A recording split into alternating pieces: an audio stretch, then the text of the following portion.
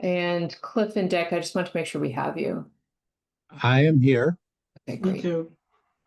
All right, good. And just for the committee's awareness, I'm just going to need to step away from my computer for like a minute or two around 6. So I'll let you guys know, but you should carry on without me, and I'll just need a minute. All right, so let's go ahead and get started. I'm going to call the meeting to order. And we will, actually, before we go into the meeting minutes, we need to identify the person who's doing the minutes for this meeting. Mariah, I believe you're next. Next meeting, it's my turn. Yes, I'm sorry. Okay. We were next, Yeah, okay. next in alphabetical I order. was hoping it meant something else. I know, unfortunately. And then Jeff will have the next meeting, and that'll actually, we will have gone through the whole cycle. So everybody will have had an equal number of turns. So well, it all works out. All right, thank you, Mariah. And then we're going to shift into reviewing the meeting minutes. We have meetings from the 17th and the 23rd. Apologies, these came out late. So I want to make sure people had an opportunity to review them. I did. All right, Mariah, do you want to take a minute to skim them now? Why don't you go ahead? Because there was like 2 or 3 of them, right? I'm not gonna be able to skim them that quickly. There were 2. Cliff, did you have a chance to review the ones that I sent out? Sure, yeah. You did? Okay. All right, good. So let's talk about the one first. You're walking on the tightrope right now. All right. Any edits or questions? All right, so I move to vote on these minutes. Is there a second? Second. All right, all in favor, Dick, Yes. Cliff, Yes, Mariah? Abstain. Okay, and Jeff is not here, and I vote yes. Moving on to the minutes from the 23rd. Any questions or edits to these? All right, then I move to vote on these minutes. Do I have a second? Okay. Dick, Yes. Cliff, yes, Mariah? Abstain. Okay. Jeff is still not here, and I vote yes, so these pass as well. Yeah. All right, so Jeff isn't here yet, so we're gonna, actually, we have to get to number 3, on the agenda. Sorry, I was looking at the documents. So number 3 on the agenda was discussion of school financials, non-override numbers, proposed override numbers. So Susan Givens is here. Thank you, Susan, for joining us. Are you able to, unmute yourself? I just want to make sure we're, hold on. Okay, yeah, you should be a co-host, so you should be able to talk. Okay, can you hear me? I can now, yes, thank you. Good. So I know I had compiled a list of questions. I'd just like to open it up. Obviously, a lot of conversations have happened between the review of the the failed override scenarios on Thursday of last week at the school committee meeting, and some more time spent with the numbers, the budget book publishing. So this is some time for us to talk about all of the above. I think we were also expecting Bella, so maybe she's running late. But I think we should go ahead and get started. So I'll open up to the group, and I will. Susan, do you know if she's coming? I thought she was coming. I thought she was too, but there's a lot going on today, so Okay. she'll join us as soon as she can. Yeah. All right, who would like to start?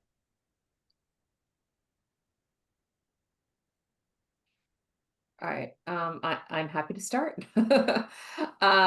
Okay, so Susan, one of the things that I wanted to dig into was the technology cuts. So I know that we had talked about, and we talked about this before.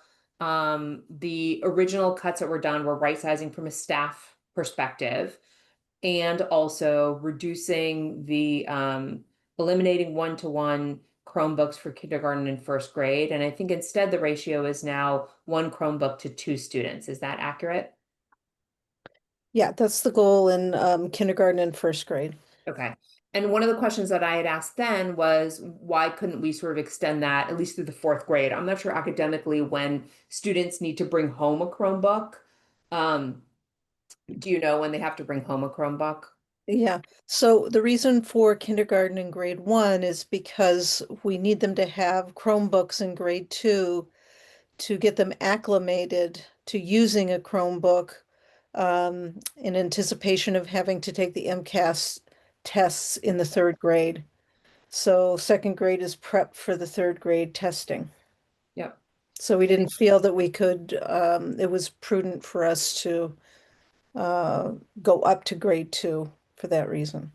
But couldn't you move down to doing it on a cart versus a one-to-one? Like you don't have to have a one-to-one Chromebook lease. I mean, students are using their Chromebooks all day long, right?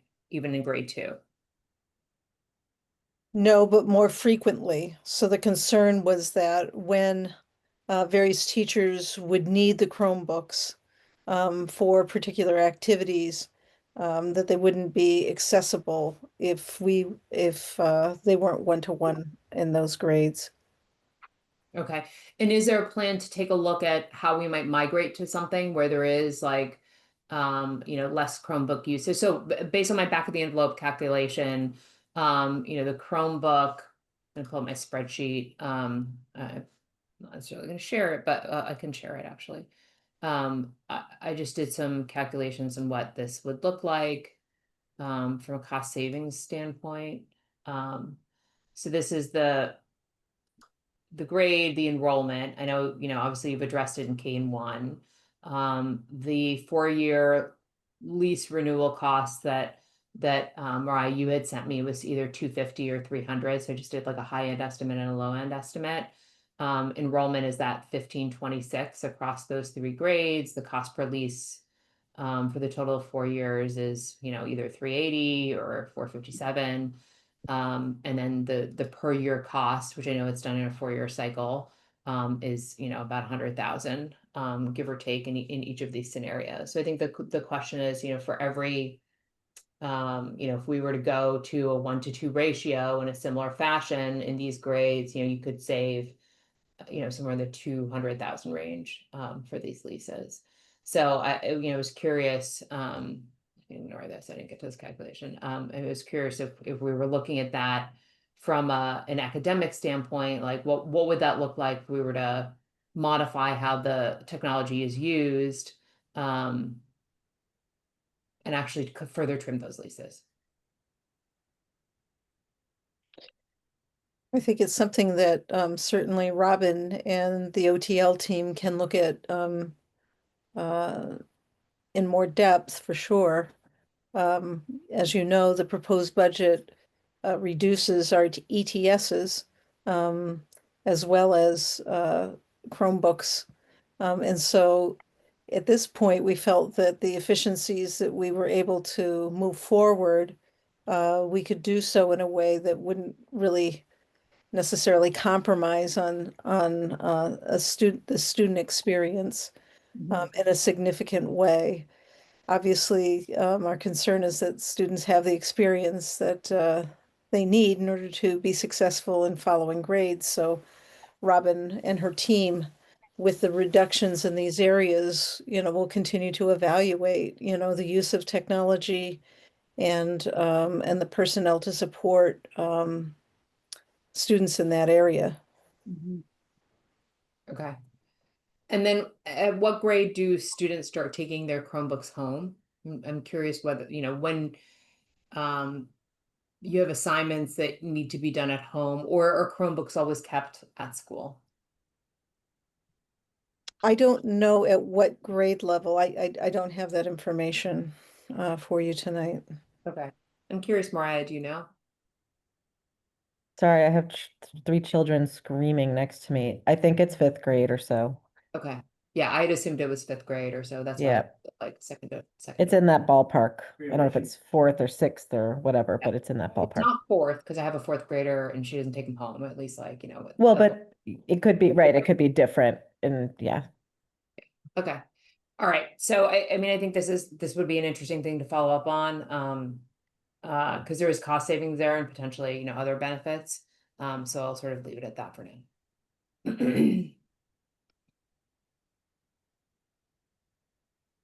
Right. There were- Could you send me that little spreadsheet that you have as, that way it's a reminder, and I'll send it off to Robin and Fung, Yeah, just so they have it. yeah, definitely. Thank you.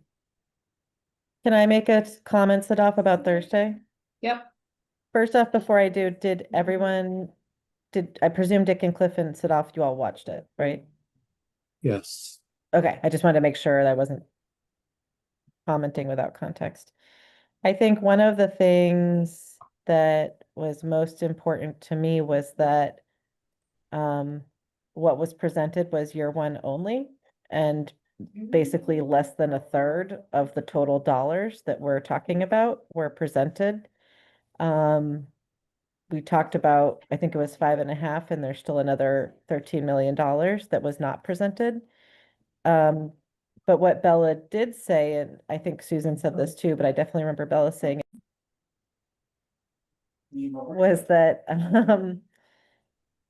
was that essentially the cuts go up to the classroom. The idea was to preserve class size. And so any cuts that go beyond what was presented start to go to classroom size. In the elementary schools. Can you be quiet, please? Sorry. Can you hear them? A little bit, yeah, Okay, hold on one second. sure. Bella just entered. Yeah, I'm making her. Okay. post, So. And so I think that while the numbers haven't been presented publicly yet, I think that like the impact of, and as again, we talk about 13 million, if we're talking about roughly $100,000 a person, that's 130 staff. I think that like it's really important for people to understand we're talking about 130 classroom educators, and what this is going to mean is dramatic. And so while we don't have this information here in this group right now, it hasn't been presented publicly. I think that the scale of what is going to happen is going to be, what could potentially happen without the override is dramatic and devastating to what would go on in terms of student experience and quality of education. And to be crass, if we talk about property values, right, it's affecting property values directly as well. So to me, that was the takeaway, was that the 5.5 was very damaging. We talked about losing world language. We talked about losing conservatory. So significant enrichment aspects, the grade 1 paras who are supporting early literacy, some of the other programming, but it's what comes after that we haven't fully scoped, that is the true tsunami that affects the district. So Mariah, when is that going to be shared? I think it was, I think people's expectation on Thursday was that was going to be the full view of what the failed override scenario would look like. You had asked a question in that forum that highlighted that some of that might have been missed. And so it seems like that's the follow-up that you were referencing. I think I would like to understand when we will see the full view of this, and I imagine other people are interested in this as well. There is a school committee meeting scheduled for this week.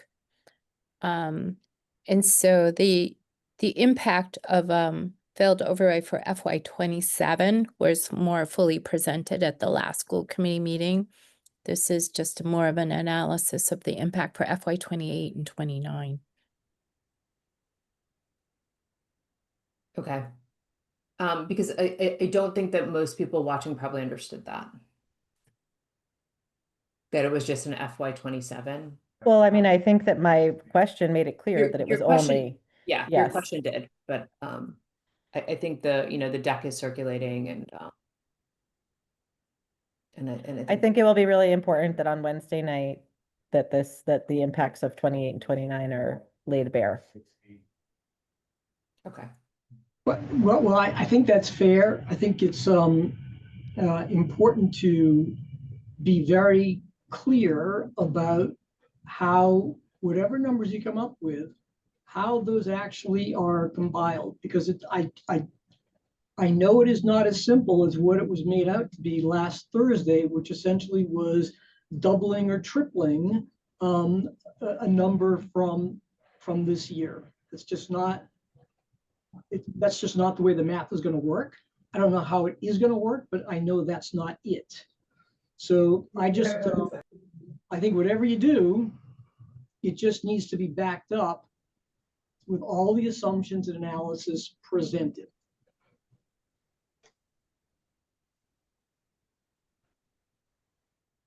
What do you mean, Cliff, by double or triple is not it? I don't understand what you mean. Well, as I recall the conversation from last Thursday, whatever the number of layoffs from a failed override in 27 are projected to be, it was assumed that that would be a multiple, the next 2 years to be a multiplier effect of that same number.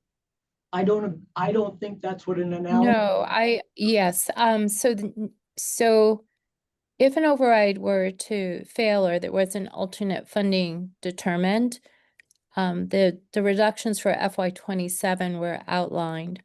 So the team, Susan, and actually with Mariah's support, have determined what the gaps would be for FY 28 and 29. So it's not a matter of just multiplying it. They looked at the new base and determined what it would be based on the projected town allocation that was provided to us for FY 28 and 29. Fair enough. All I'm Okay. suggesting, I'm making a distinction between what was said last week, which I disagreed with, and what you've described, which sounds much more appropriate analysis, which has not been presented. And then just to make sure that you are documenting how you get whatever numbers you're going to show. That's all. Could I ask how, let's just assume for the sake of argument that there was a failed override, and I'm looking at the high school numbers here. There were 26 layoffs in the high school. And let's assume a total of 50 layoffs in all. You're talking about for 28 and 29? No, I'm talking about 27. And I'm wondering Okay. how you carry that number forward in the analysis to 28 and 29. You're now down, say, 40 or 50 people. Does that create another $5 million addition in your computations? Are you saying, look, we're going to need 5 million in 28, and we're going to need 5 million in 29 for those same people, and so you tripled the number? No, I think what Bella just said is that after 27, you get whatever that comes out to be, that adjusts the base. And so It does whatever, adjust the base, Cliff, but not as dramatically as you're hoping I it don't- does. It still basically ends up. It's Mariah, okay. I have no I'm trying to assumption as to what the numbers are. Okay, Right. all I'm saying is that what was stated publicly last week is not the analysis. Okay, that's my Yes, statement. And fair. so whatever the adjustment is, you reduce the base and you grow from there. I understand that, and that's all I'm suggesting is that when it's laid out, all those assumptions for how you get from an adjusted base of 27 to whatever you're doing in 28 and 29 just be laid out for people so they can follow it. That's all. So that part is in process. In building the budget to date, we've been trying to fine tune expenses, et cetera, et cetera. So it was a little easier to do the analysis for the impact because you decrease expenses. And then when you figure out what the staff reductions are, we've been looking at whole programs. When we get to FY 28 and FY 29, there aren't really expenses left. So so other than saying this is the FTE reduction, we're trying to do the analysis on the impact will be to class size. So that's taking us a little longer. But that's what we're doing at this time. Let me just ask a question. When you talk about headcount reduction for failed override, when you remove the salaries, which are below the line, there's also a reduction in expense above the line, which would mean that there would be an adjustment in the quote unquote town allocation. And so if you're going to be adjusting below the line, you need to do a corresponding adjustment above the line. So you're looking at apples and apples, because otherwise you're showing the reductions in personnel because you're trying to match salaries to a cost, but you're not showing the reductions in expense that's going to generate more revenue for obviously everybody. Because the town's going to have the same thing. The town's going to be reducing people if in a failed override, and there's just going to be that much lower of a benefits burden up top. So that's something you're going to need to work through with Melissa. You make a good point, Cliff. And so actually the town we're not able to calculate that. Yeah. Yes. The town's going to have to give you that information. Yeah. Yes. Well, what we do know is the major benefits driver is the health insurance premiums. And those work out to the 83% share works out to about $18,000 per employee on average. Some who are in HMOs are less, some who are in PPOs are more. Individual less, family more. So, but the average is about $18,000 of employer.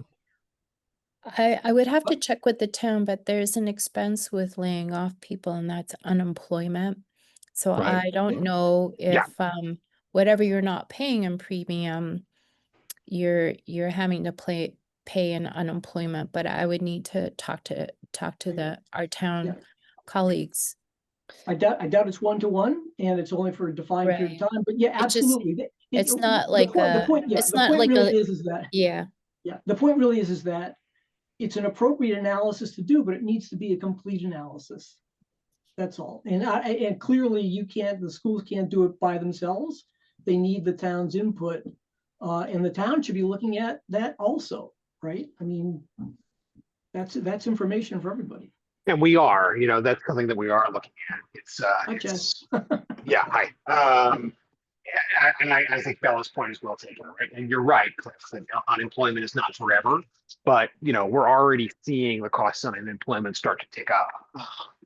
And that gives us pause in terms of taking the full amount of savings we get from the benefits gain, because the unemployment hit that we're taking certainly in that same fiscal year is significant. Right. So we're not booking all of that money. We are booking some of it, what we think is appropriate. But when you hit this level of layoffs, you wind up with a pretty significant portion going on unemployment. Okay. Yeah, I don't know the answer. All I'm saying is that if we're going to do an analysis, that we do the analysis correctly. That's all. In my conversations with Melissa, that was her thought, was that the costs that we'd save in benefits would be applied to the unemployment, because not all employees are taking health insurance benefits, but all of them that would be eligible could potentially be accessing the unemployment. It does beg the question, though, in the out year from the layoff, you should be recovering those monies back. And I don't know how that is calculated within the town school partnership split.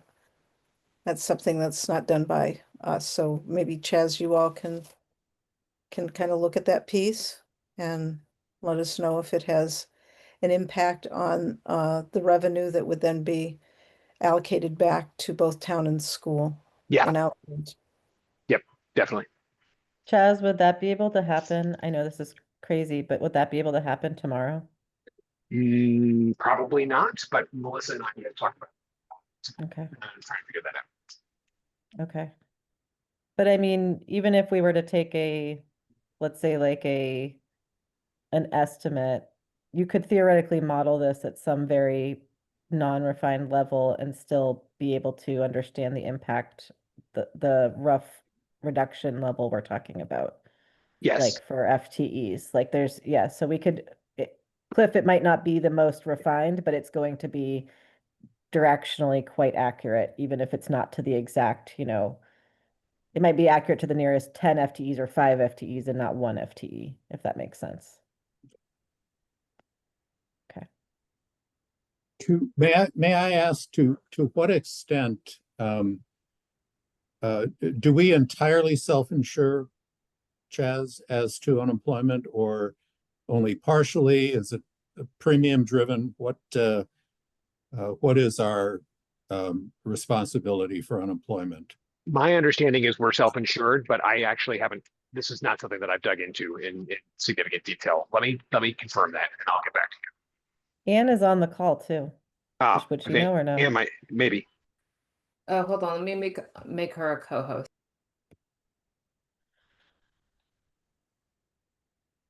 Good evening, everyone.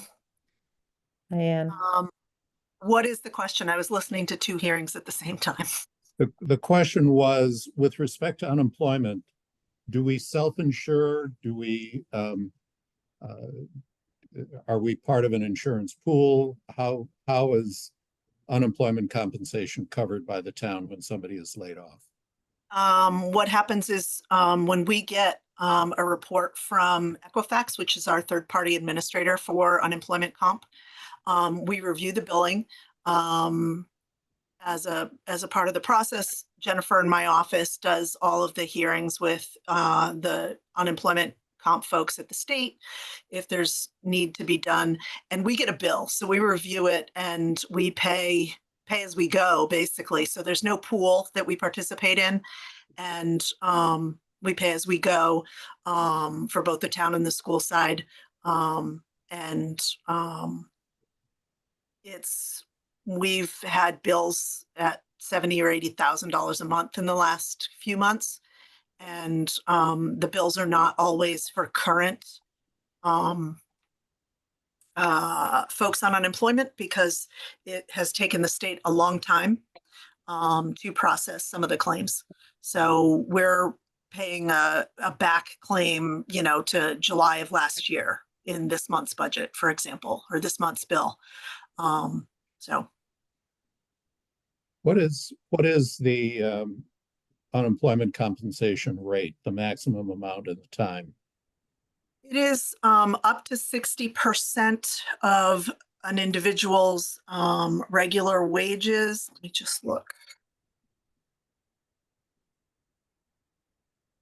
And then there is an amount that folks can get for children. And I believe it's like $25 per child. So it's about $1,100 max a week. Okay. For how long a period? 30 weeks currently. Okay.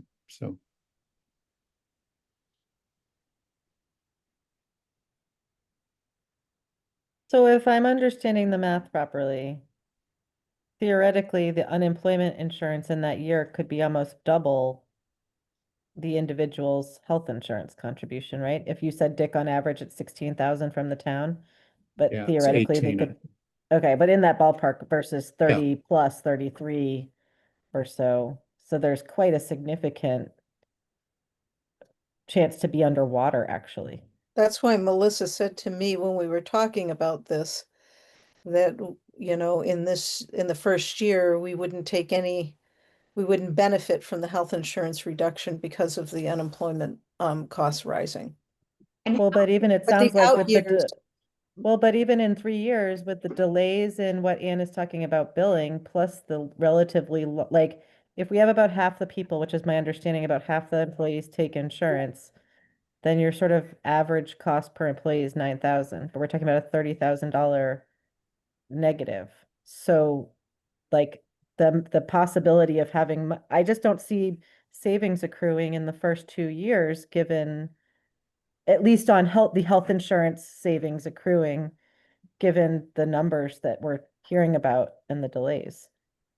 But Am I just want to clarify, I mean, that the unemployment cost, I mean, do you pay actuals for what people get for unemployment, or is it it's not clear to me how this is billed, because some number of people will get a job and then they'll start working, right, after the summer is over, and then they stop being able to collect unemployment. So how is it billed to, how does the town pay for it?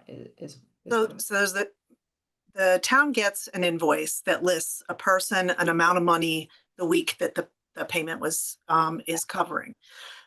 For ones that are in arrears, because they've taken, the state's minute to, to deal with things, we'll get multiple listings. So we might see 6 weeks of time listed on a bill for this month, but that 6 weeks of time might be from the summer because it hasn't gotten processed in a timely way.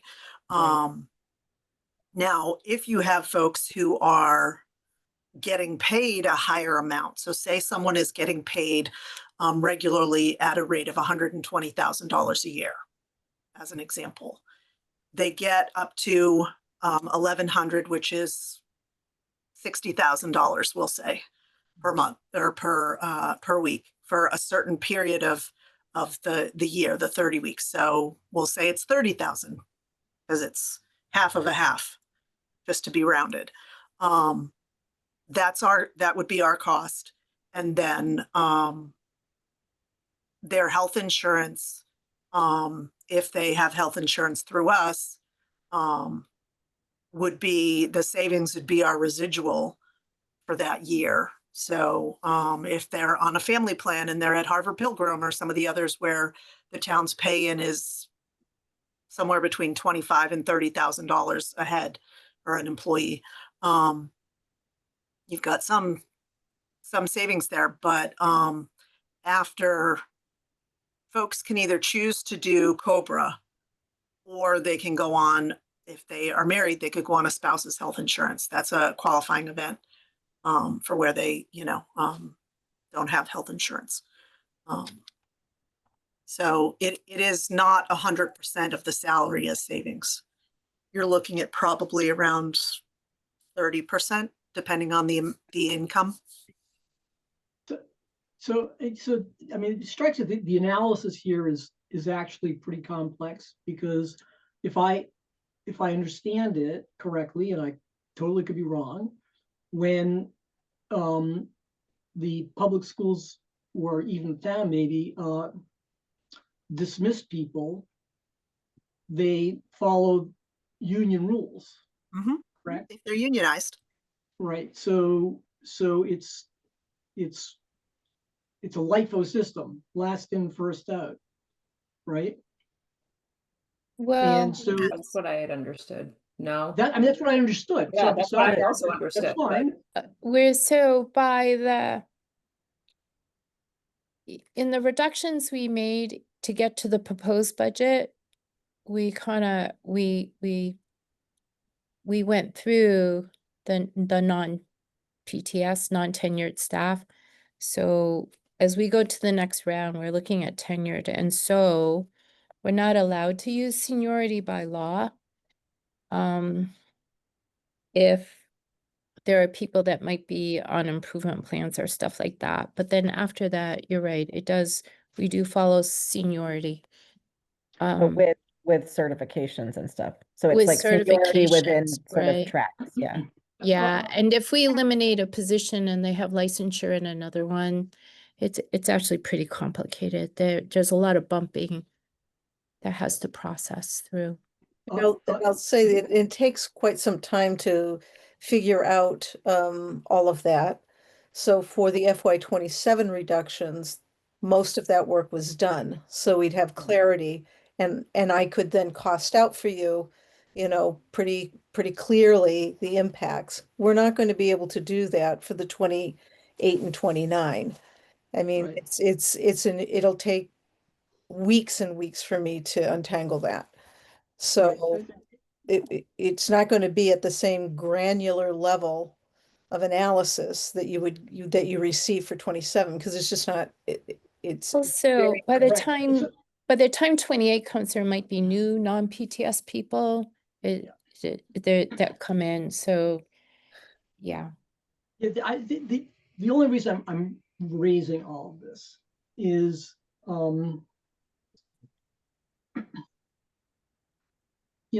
I think the public should be given information that is as accurate as it can be and is not overstated significantly or understated significantly, because either one of those branches is a false narrative.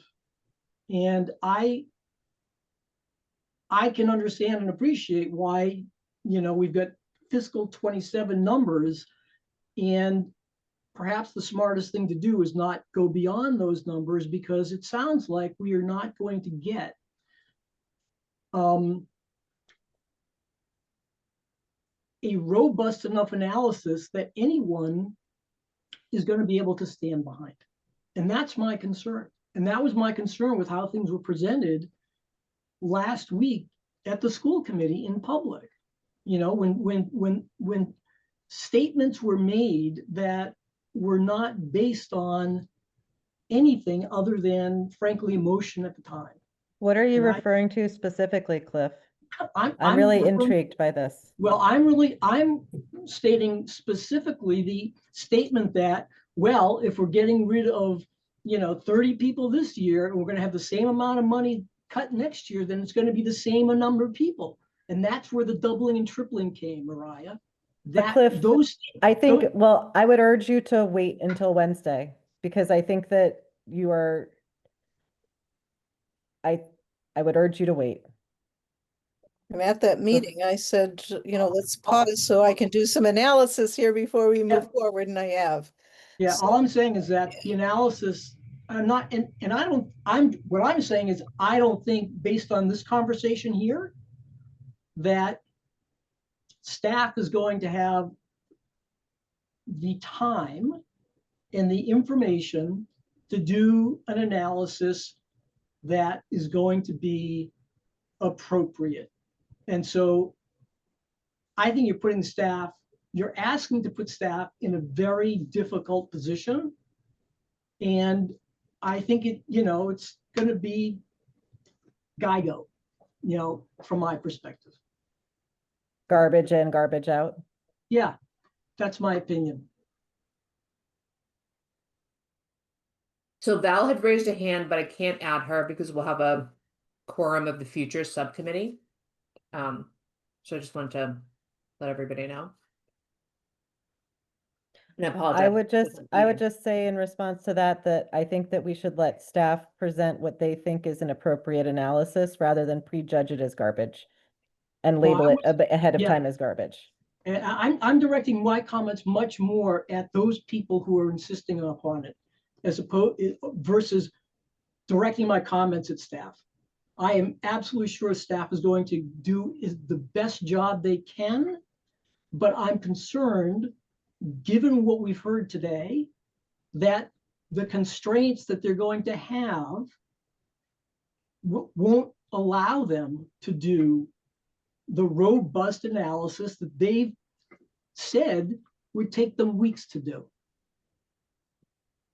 I'm not sure I didn't hear anyone say weeks, but maybe I missed that. I did. In order I to think Susan, what I was did. referring to is who bumps who and who has Yes, that's just bumping, right? certifications. Yeah. That doesn't change the number of FTE that it's going to impact. It It's changes the economics.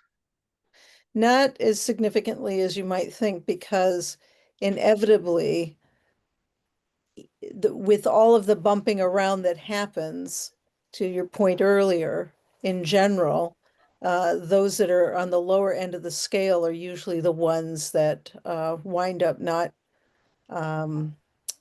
getting Ri- riffed. Right. Yeah. And so using the average wage, which we heard at the beginning of this conversation, as the benchmark for the cost per employee seems to me to be a statement that isn't based on fact either. Okay.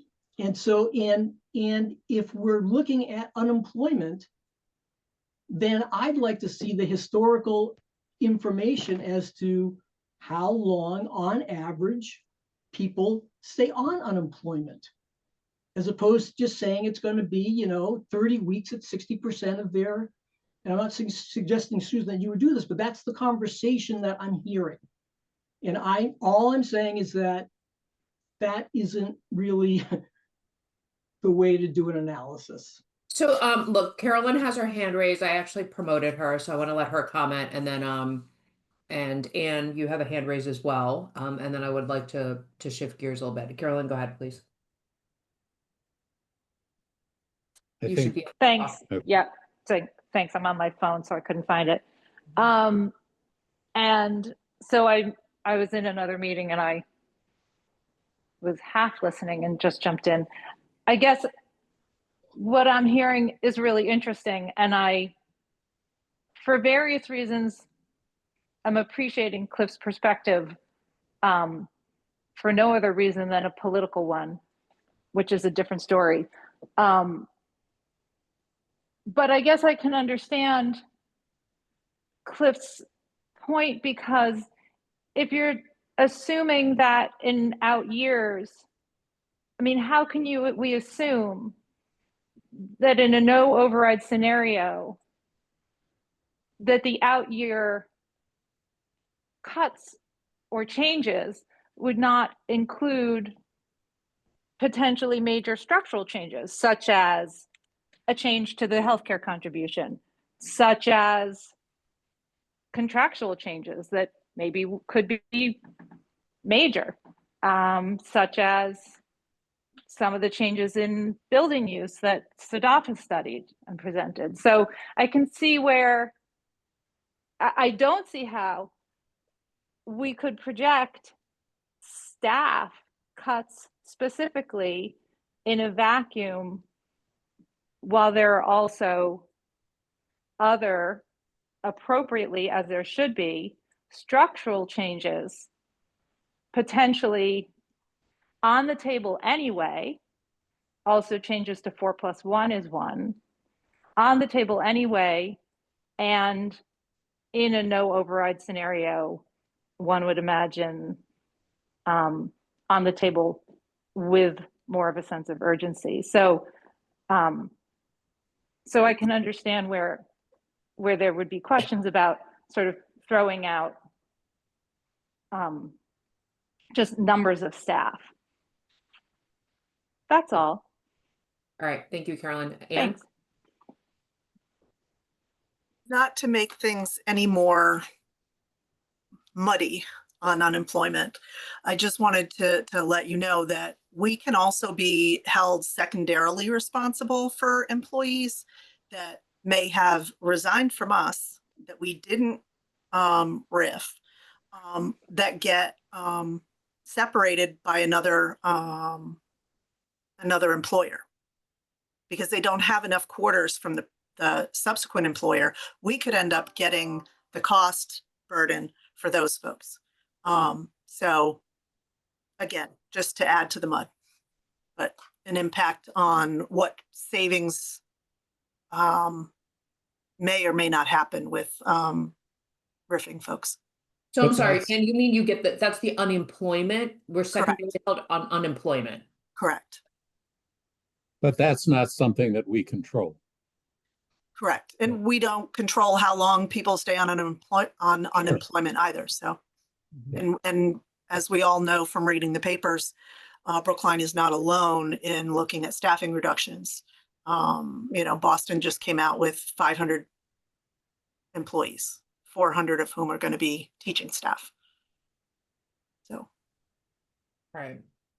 Chaz, you had a hand raised. Did you, and you put it down. Did you have something to say? No, I'm good. Okay. All right. Jeff is here. Oh, I have to promote him. Sorry. All right, Jeff is here. Jeff, thank you. We're talking about the latest iteration of budget, the no override scenarios, or failed override scenarios, actually. Gotcha.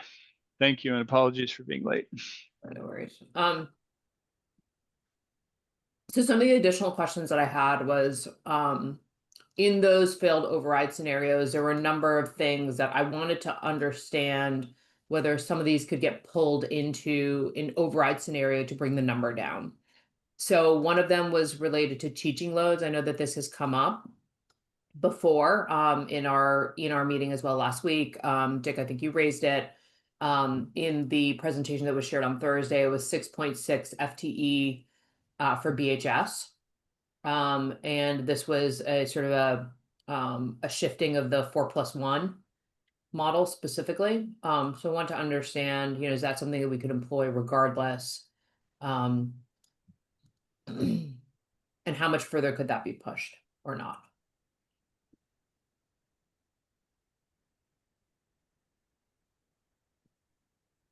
Is that something you want, for example, Bella to respond to about how like the impacts of reductions to +1? Because I think that's what you're really asking, Siddharth, right? Is like, are these impacts like something we could do anyway, or is the +1 reduction something we could consider doing anyway?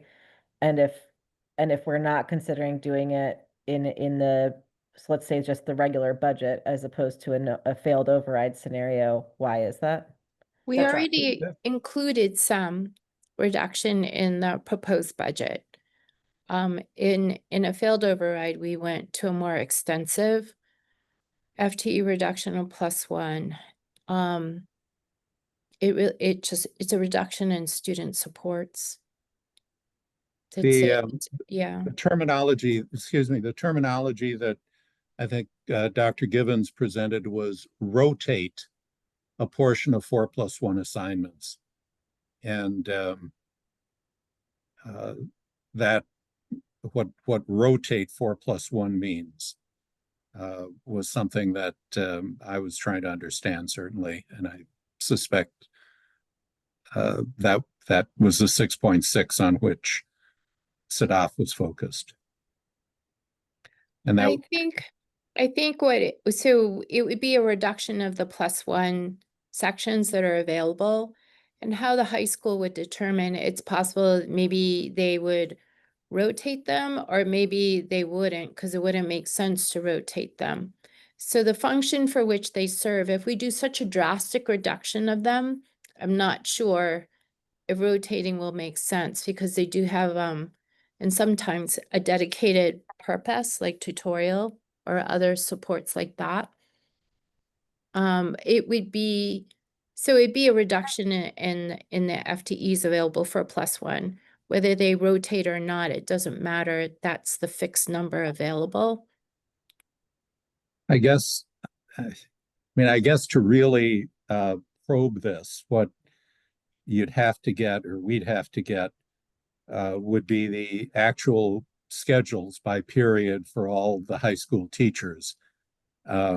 And we can tell you what they're assigned to. I don't know that you need the schedules, but we can give you a list of the +1 assignments. They already have it. And- They got it months ago. I don't know that you need the teacher schedules. It's in the workload assignment document. It gives you the breakdown of like how many are tutorial versus the other stuff. Right. No, it says there, Right. there are 49 tutorials, for example, but I guess the question would be, there were 94 high school teachers in the major disciplines. And the question would be, what is the assigned workload of each of those 94 educators? How many course sections do they teach, and what else do they do, as opposed to the contractual provision about 20 instructional periods plus I guess 4 I'm- other assigned periods. I guess I'm understanding the question. So there's some teachers that don't get +1. I believe special educators don't. So These were all in the academic disciplines. There were 94. I mean, I think the document is actually in the packet for today's meeting. And it's the last page of that document, the workload document. It's the same table that Hal gave you, Bella, that he's referring to. Is I your And- wasn't sure question, what is your additional question, detail Dick, is like there's necessary. 94 teachers, but only 80 something +1 assignments? And you're asking what the other 94 minus 80 something do? Not, well, I'm asking that, but what I'm asking is what, I mean, this must be available if you go to the next page on that document. It basically shows a little further down an average of teaching 88, 92, 88, 92, 82. My question would be, for each of those, that there are a total of 94 teachers. These do not include special ed, 94 educators in these 5 columns. What is the weekly assignment?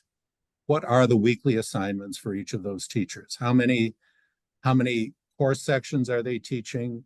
And what are their other assignments?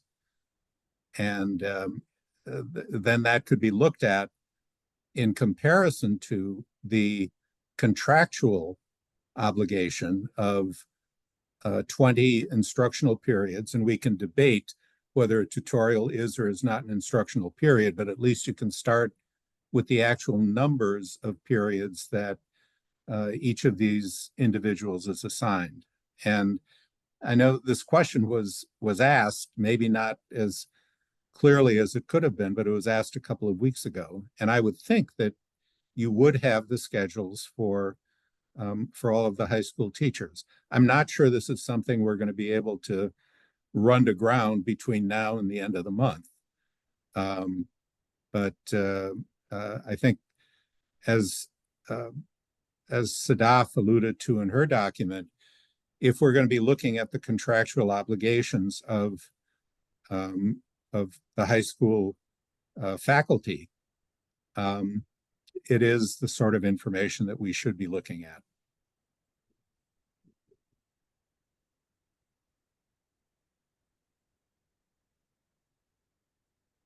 But I don't understand still, Dick, what are, like, they all teach a 4 plus a 1, except for English, which is 4 because of the increased writing and reading and all of the additional documentation.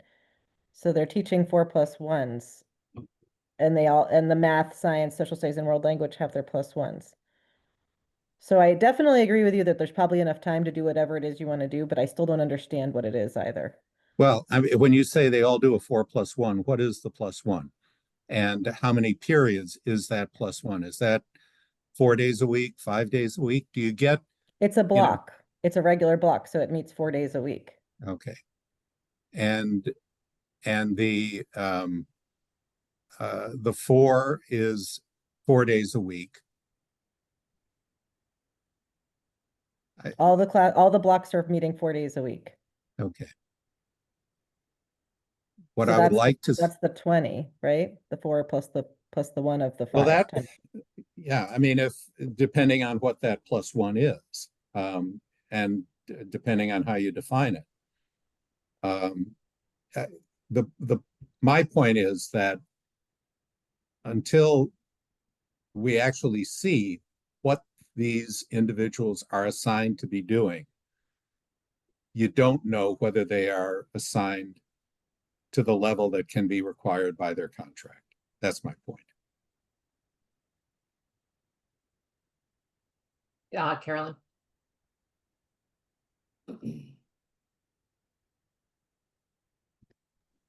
Thank you. Thanks for letting me speak. Sure. I'm going to try maybe, because I'm also interested in this question, and I've been thinking about it since this sort of came on the table, as it were, on Thursday, you know, and thinking about trade-offs and thinking about the possibility of making more efficient use, perhaps you could call it, time and within the +1 structure or otherwise, whether that were to reduce an override number or put jobs back on the table. So I'm really looking at sort of all the shifting pieces, and I guess for me it comes down to, I know we have a table that says, for example, and it's not in front of me, 49 teachers teach tutorial. I guess what I would be looking for is just more like a simple, clear, and detailed report that says, this is how many tutorial sections there are this year, and hey, for the last 5 years. This is how many students there are per section. This is how many teachers there are per section. My son did tutorial twice. The first year there were 2 teachers. I understand there's an academic reason for that. The second year he did tutorial, there were 4 teachers and 1 or 2 of them there per day. So that I think folks who are sort of in the high school and it's complicated maybe have a clearer window on questioning whether there is some potential improved efficiency. So again, to my mind, it would just be a simple table. How many sections? How many kids per section? How many teachers assigned per section? And whether we heard that, and again, I don't have it in front of me. I think you said, Bella, you're looking at reducing +1s by 6 FTE, but I guess I think there's just questions about like, well, what exactly are those? And then I think there's also questions that could be clarified about other +1 assignments. Last year we got information, for example, that I wish it was in front of me now. I'm on my phone. I want to say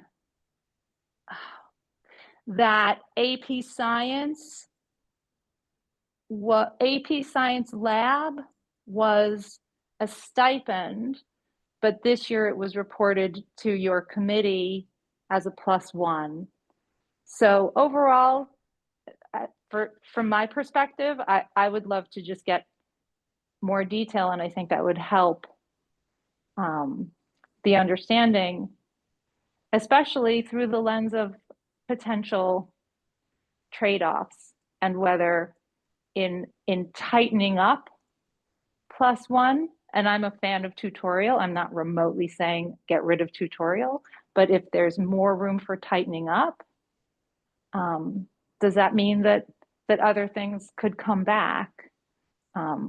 So Carolyn, yeah, thanks for pointing that out. And that was sort of where, you know, I was going on this question around the +1. I know that there's additional work to be done in the out years. And I think we're going to lose Bella and Susan around 6, or maybe Bella, you can stay until 1:15. So I just want to make sure that we surface all the questions that we have. Here's where I'm going with this. I think we need to, you know, I was looking at the list of cuts from the 26 that were surfaced.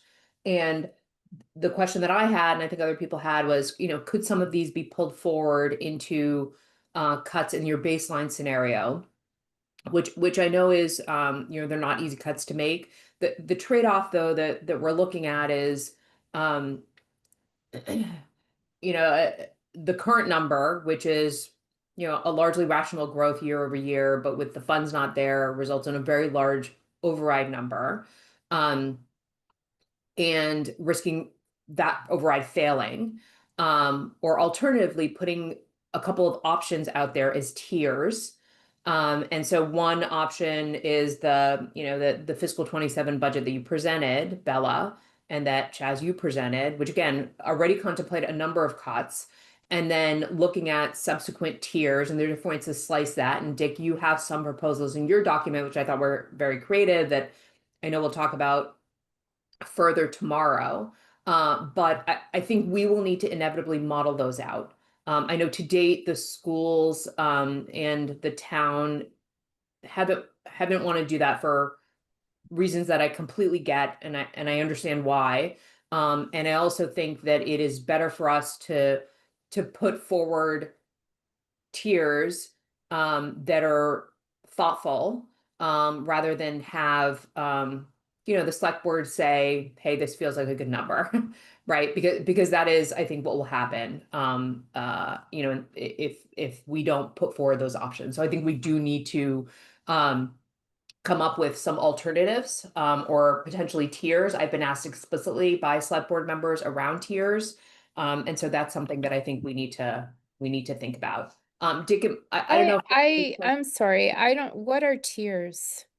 You mean choices for other people to choose what programmatic Giving- cut should be? What are giving- tiers? Giving the voters a choice of a couple Of of program cuts. I mean, no, well, basically of amounts. I mean, what happened in, I don't know, it was Stoneham or Melrose, was there was a $12.5 million override on the ballot and a $9.3 million override on the ballot. And those two options were offered to the voters. And the tiers could be presented in a number of different ways. At this tier, you get world languages. At this tier, you don't. Or what I'm suggesting is that we look at something that we've all agreed really is something that is not sustainable, and that is we look at the 83% contribution, and we look at the embedded salary increases, and say, okay, voters, if you want the 83% health insurance contribution, you vote for this amount. If you think it should be lower, you vote for that amount. And actually have the voters weigh in on that subject. Yeah, and I think, Dick, this which is is not, I will say that's that's as far as I know, not something that has been done. I think generally people have looked at particular programs and say, if you want a fire company, you get this. If you don't want it, you get that. But where we've got these elephants in the room, I think we do have to look at them. Yeah, I think we lost Bella. Chaz, you have a comment? Yeah, and I do appreciate that concern because, right, it's healthcare is the big driver of our costs. The concern I have is that the voters don't actually have a say in this, right? The voters can vote for that, but the unions can come out and say, thank you very much for your input.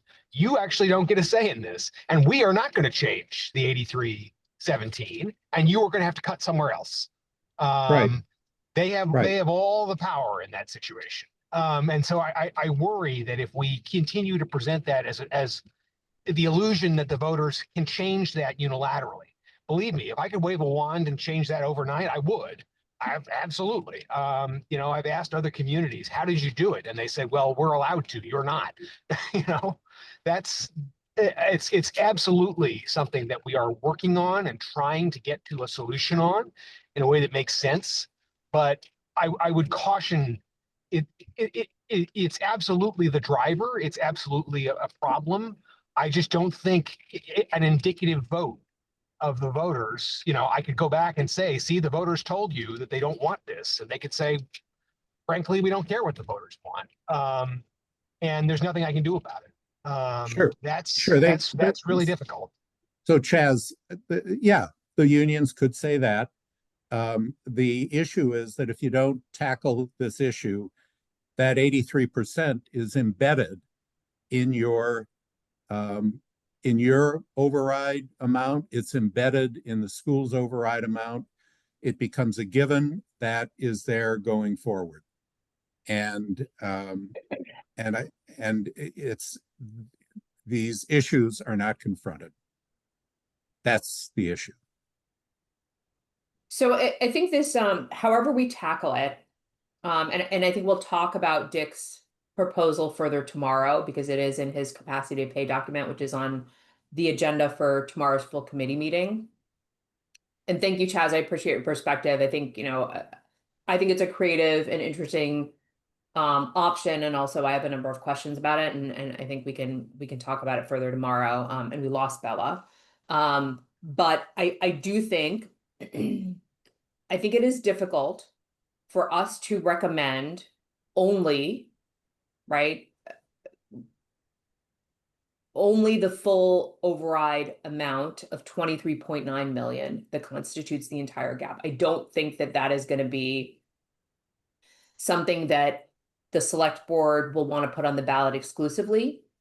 And so we will need other options, right? And there are a lot of different ways to slice this, right? And I've thought through different ways that we could package this, right? One is through tiers, one is through just a wholesale haircut, right? There are different ways to look at this, but the reality is that we will need to think through scenarios. And Susan and Mariah and Val, we will need the help of the schools to think through those scenarios realistically. Cliff? Yeah, not to pile on, but I do want to remind everyone that part of the charge, and certainly at least what the members of the select board told us, was that they wanted options. And currently, we're looking at something that doesn't give them any options. So I think it's part of our, part of our responsibility to present options. Whether or not they do anything with them, that's their choice. But I do think it's something that we have to be prepared to do. And to that point, it probably it's probably would require, if there are going to be a proposal for tiers, that the town and the schools sort of have something that they're able to say, here's what the middle ground would be, so that the voters would understand the implications of failed, partially failed, or full, however that's presented. I do think that's going to be needed. Yeah. And I think the risk, and I said this before, I'll say it again, I think the risk is that if we don't present options in the course of the debate among the select board, there might be things that are thrown out there that are harder to triangulate, right? Like nobody will understand the implications of a live debate on options. And therefore, I think a discussion on that will be less robust and less thoughtful. And I would rather that this committee have options that can be articulated and well articulated so that everybody understands what the trade-offs are and therefore what they are actually putting in front of voters. Susan, I don't know when you have to drop. I think you also had a hard stop, if I'm not mistaken. I can stay for about 6 more minutes if there's anything quick that Okay. perhaps I could answer. I don't know. You're enjoying this so much, Susan. So it's a delight. I think, just a couple things that I wanted to throw out there. Of the list of reductions that were shared on Thursday, there were some additional ones that I think similarly, are these things that we can pull in. I know there's a reason that they weren't in the original fiscal 27 scenario. I get that. I know this is like the one step down in terms of viability, one step up, no doubt, in terms of impact.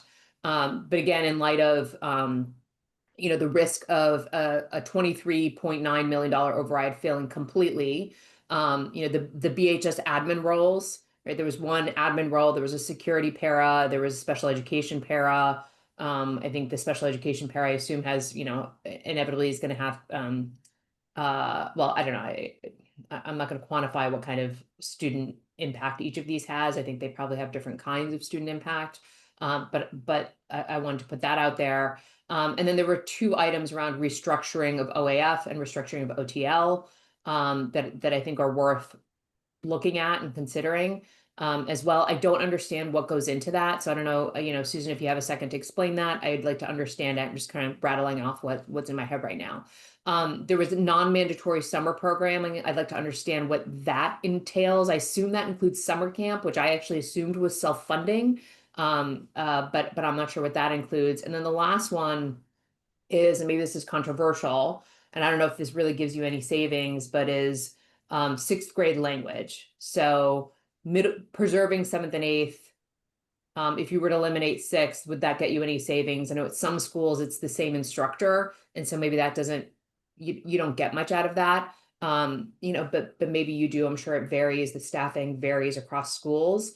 And I want to make sure that we've thought about what some of those other options are again to sort of either put another tier on the table that people can have a discussion about, or to just just really pressure test that fiscal 27 number based on everything we saw. So Susan, I know you have 4 minutes. So I don't expect you to answer all those questions, but I wanted to surface them and get your initial thoughts. Yeah. So I think that's what we've been trying to do, which is why we reduced $1 million at the last meeting, is to try to really see, what kinds of things can we do without creating a negative experience for students, and to create like viable schedules and things like that. So if you cut over here, then you still have to, in other words, give your teachers planning times. It's contractual. So so we have looked at, what is essential. The elementary schools are very tight. We've done a lot of reduction in those areas over the last couple of years, and going into budget prep this year and last year, we did right sizing of sections right off the bat. And so now we know that based on what the enrollments are, that's what it's going to look like. When we start cutting programs, then you still have to have the students somewhere. And so we've looked at creative ways to be able to provide coverage in the absence of world language and in the absence of conservatory. And so some of the things that we had looked at when we were right sizing was reduction of some FTE in the area of specials. If you have fewer classes overall in a school, then you can reduce some of your specials.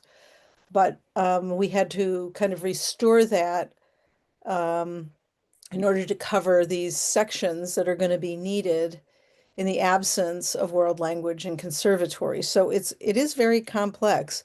Yeah, But we I do, understand that. And yeah. I want to And so, clarify, the things that I listed are not, yeah, the question around sixth grade language are actually not are not the K through 8 schools.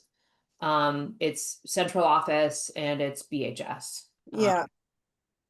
So I mean, we were looking at for FY 28, our plan was always to look at OTL as as an area of restructure. We wanted to get Robin, Bella, and Karen sufficient time to at least have a year under their belt before we start making any significant changes. I think of when I was hired, I was asked to do a restructure before I'd even walked in the door, which is, you can use your professional judgment, but context matters. And so we were planning on doing the OTL restructure next year. And we've kind of moved that up in the process in order to get what our the ultimate impact of a no or a failed override scenario would be to our 27 programs.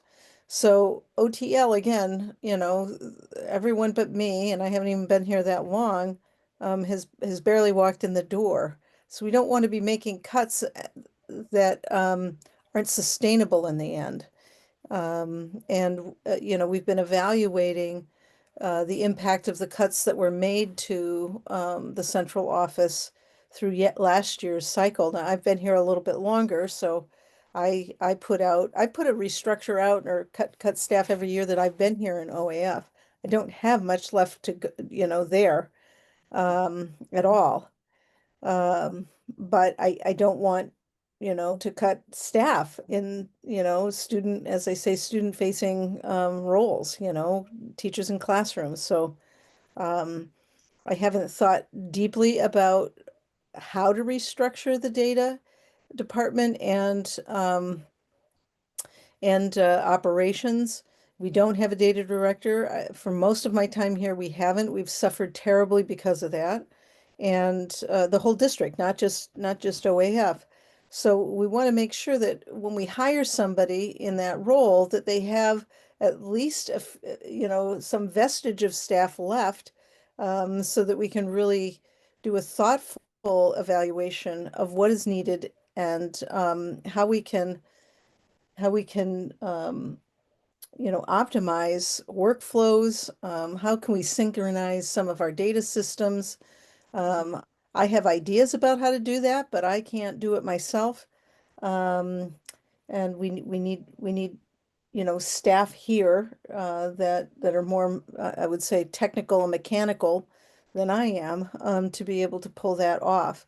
Then when you get efficiency, sometimes, you can reduce FTE, but we've done a lot of cutting without engineering, and it's created difficulty for all of us. So that's those two on the two restructuring there. You'd mentioned a couple others. Can you refresh my Yeah, memory? and so, I mean, I guess I know you have to drop, and so it's okay to maybe follow up on this as well. But the other ones were the BHS admin role. So there were three that were listed on the slide. I don't know if there were more, and they were just highlighted, but it said one admin role, one security para, one sped para. And then there was non-mandatory summer programming. So maybe you can answer. Yeah, let me talk about the non-mandatory summer programming, just so you know, is Project Discovery. Okay. So that's what that particular piece is, and a portion of summer programming in another area, and I can't think of it off the top of my head because I can't at this hour. So, but that's really what that is for the So most for part. people who don't know, Project Discovery is like really important early literacy, summer remediation, um, that makes sure that kids get like catch up who are off the literacy track. And I think it's in the summers, am I right, Susan, of rising first and rising second and possibly rising third? I can't remember all the years. Do you remember? Yeah, that's my recollection. Okay. So like it really contributes to essentially like this, all the things that we want to accomplish. It's a very targeted program for kids who are behind on their reading. Right. Okay. All right. That's super helpful. Yeah. Okay. And just to be clear too, it is not summer Yep. camp and it actually partners with rec. It's a couple hours in the morning and then rec does the summer camp. Like there's a whole collaboration there that happens. Okay. All right. Thank you. Okay. So I think that's it. And I can shoot these to you in an email, Susan, if you want. Yeah, And I that's think, good. yeah, like I think maybe we do, we do have to have a more of a conversation around the tiers question. I'm not sure if you're attending E&R tomorrow, but I think this will come up, and so maybe we continue the conversation there. Yeah, Okay. and I will add that there were a number of other items at the high school level. Reduced 7 FTEs, ELA, math, social studies, science, performing arts, visual arts. Right. And I Which, can include those because they were sort of classroom things. yeah, but one would think that they would not be on there if they could not be done without violating the contract. So, Well, they're put on there because if we don't have an override, there's no choice. yeah, Some of the choices you would make educationally, are not possible. right. You don't have the resources. So I think, yeah, that would be helpful. Can I just ask a question before I hop off, though? When you do say the tiered approach, is there a world in which one of the tiers is in fact of fully funding the proposed budget? Yes. So I think this is something that the committee will discuss, but that is something that I would advocate for, right? If you're going to offer a second tier, right, you need to offer the full tier. And part of the question would be like, you can fund everything at level-ish service, or, you know, there's less, and these are the things that it doesn't include. That would be, that framing would be helpful because it's hard to answer in a vacuum because there's ripple effects of every choice that we make, and it takes, yeah, so just picking one thing off has ripple effects on other areas, so it's really Of hard course. to And put that's forward why a that's not cohesive something, plan. right? You know, if we know what the kind of framework is that we're working within, then we can, you know, we'd better be able to answer some of the questions about what would be on the table and in what order. But Yeah. right now, when we need to know what's the positive impact on the GIC changes to the bottom line. Right. That should give us a little bit of relief, maybe not much, but a little. Every little bit matters at this point to both sides, town and school. So that might give us some options there. I have given every penny of breakage back. I have nothing even left over in that area. So if there's something that changes, for sure, if I can find something, we'll cut. But at this point, you know, if knowing that at least we can make an argument for fully funding the proposed budget as it's currently constructed, is would be would be, you know, some measure of hope. And then whatever the tiers are, then we'll have to allocate our resources as best we can and share with you what the implications would be for not getting the top tier. All right, I've got to go. So I do want to thank you, Susan, for the seriousness and commitment with which you've approached this. Thank you. Yeah, thank you for all your work. yeah, well, we're all in this together, and I think our intentions are all in the right place. So I always say when having these difficult conversations, there's a solution here somewhere at the table. I don't know where it is, but we'll find it. Somewhere. All right. Thank you, Susan. I appreciate it. Right. Good night. All right. Good night. All right. So the next item on the agenda is Jeff, an update on the beep analysis, and I have to step away for just 1 or 2 minutes. So please, you know, once you talk about next steps on beep and how to close that out and the data you're still missing, if I'm not back, then maybe we can just go into the teaching loads document, Mariah, that you had, but I should just be back in 2 minutes. Apologies. I have to step away for 1 second. Can we talk about timing also? There's like 7 other things on the agenda and it's I know, 6:20. I was going to say the same thing. We spent like an hour and a half on one thing. So are we really going to do all these things tonight? Sorry, think- Sadaf. I didn't mean to pull you back. I just wanted to talk. Yeah, I know. Yeah. I think some of these things are actually fast. And I think we can get through most of it. I mean, the override discussion, I think the crux of that, Dick, the real discussion is going to happen tomorrow. I think your intention was just to kind of tee it up today, if I'm not mistaken. Is that fair? I agree that I think the real discussion is going to be tomorrow. Okay. So in light of that, I think the other things are fast and I think faster. And I think we should just, you know, get as far as we get. Because I do want to put some of these things in front of, you know, there's just a couple things to vote. So will we get to all of it? No, but let's check in again in 15 minutes. Okay. All right. I'll be back for real. All right, Jeff, over to you. Sure. If we get to about 6:45, I just need to switch to mobile. Hopefully we'll be done with Beat by then and it'll be easier for me, but just want to throw that out there ahead of time. Okay, so a couple of things to share and I'll try to be brief. I'm trying to think about the best way to frame this. So last week we chatted about some of the updates that I had made. The big piece that is still in flux is really the piece about the price per student, or the cost per student, I should say, not price per student. So what I have done is try to update this part.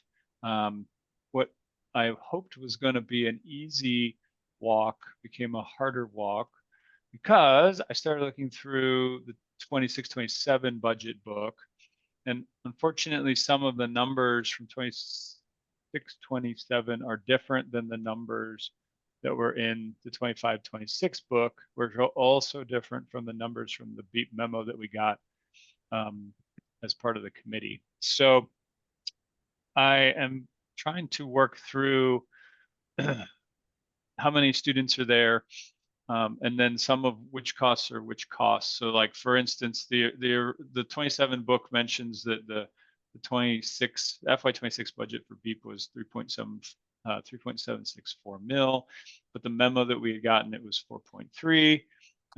Those numbers are different than what we had gotten from the estimated 26 book, talking about the estimate for 26. And then similarly, from last year's book, the enrollment was 286, but in this year's book, it says that last year's enrollment was actually 253. So clearly, when you're talking about how much the revenue is and how many students there are, that drastically affects the cost per student, because those are the numerator and denominator. So I think that there's probably a couple paths here. One is, and Mariah, maybe you can help me here. Like, I'll just say, here, I just need these numbers. I sent back to Margaret essentially this chart. When we had spoken on the phone, I said, you know, do you have this chart, which really breaks out in great detail all the general fund budget line items for BEEP? Do you have this for all of them, right? Because we know that there are other line items in the total cost of BEEP that are more than the general fund. But I haven't heard back. I'm assuming that's probably info that Susan would have to generate. My assumptions that are in the analysis stand, but what we're hoping to do is to just get the data so that I could just plug it in and not have the assumptions. So what I was thinking was, either A, I say, you know, can we just get what was the real number of students for last year? What was the real cost for last year, as close as we can get? And then I'll just plug that in, and that is what it is. The other thing that we could do is just remove that section from the report. So it's just this full day cost of operation. All of the other sections of the report, I have updated them to just show the 26-27 budget book info, but none of the calculations change because of that. There's only the section that changes based on how many kids were actually there and what the actual cost was. So that's really all I've changed since last week. I'll skip over what I changed last week, just since, you know, we're sort of short on time. But anyway, any thoughts from the group on that one? Which way we might want to go there? And I also don't know, like, back to the timing of when we want to have this in front of the full committee so that we can then get it voted on, because obviously at some point we got to back in from that, and if there isn't data by this point, we just have to make the call and go from there. So thoughts? Can you go ahead? Go ahead. No, go ahead. No. You're good. I was just wondering if you could go down to the bottom line, because my recollection was, at least the last one that I looked at, Yep. We had you had or we had a shortfall on extended day, but now Extended day is untouched. I haven't changed that, so that's all still there. So all the other sections are the same. So summary, background, okay, the enrollment data, minus, of course, you know, that number, which is different in the new budget book, but we could update that. And I don't have this chart. This chart was like a special memo that only went through school year 24-25. But as far as I know, this data is right, minus that this column is a little bit off. But at any rate, the extended day part, Dick, is still the same as it was. Okay. The full day, the non-extended day. Yep. I now see red ink. That was there. So that part was there before. Are you talking about this part? Yeah. Yeah, so this is the same. I haven't changed this. The spreadsheet is updated. And what I had done, which maybe wasn't super obvious, is that I had broken out. This is the original chart, but I'm just not sure between these two numbers now. And depending on which number you use, of course, it changes Okay. the red versus the green. And then this one is just the budget book, but with the 253 in it instead of the 286, because that number changed. And so obviously it changes the math. So that's what that is. They're still fairly similar. They both are kind of closing in on getting to parity in 27, 28. But you know, I want to make sure to put the one that we want in the report to be the one that we want to put in there. Okay. So Jeff, did you guys talk about what your path is to sort of close this out, or, you know? Yeah, well, I think Sadaf, it's probably the two options that we have. One is that we try to just confirm between, you know, Mariah or Margaret or with Susan, like what number are we going to use as the cost for 25, 26, and what number are we going to use as total enrollment? And then I will put those in here, and then we can decide to use the assumptions that I have for coming up with, you know, the ratio piece that we've talked about before or not. And then the other alternative is to just remove that section, which it's this full cost of operation. It's just this one section that changes based on the new data, and then just keep the rest of it the way it is, and it is what it is. Can I ask a question about that section, though? To me, the punchline of the section, I mean, the denominator only impacts it to the extent that it just changes the tuition per student, but the point remains the same, that in 2 years, it's going to like it's going to I'll break say even-ish, it break right? even, exactly. And right. so like I don't think it actually matters, because the point is the program, you don't have to break it down by student to show that the program goes break even in 3 years or 2 years. Sure. Right? But isn't that the point, that it goes to break even? It's certain, well, or a point? It is a point. It is a Okay. point, right? Because I didn't come into it with, is it under or over, right? I just came into it with like, what is it?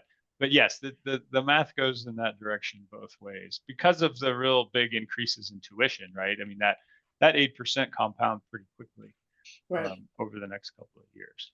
So does that bottom line number change in any year, Jeff, with the reduced number or greater number of students that you assume?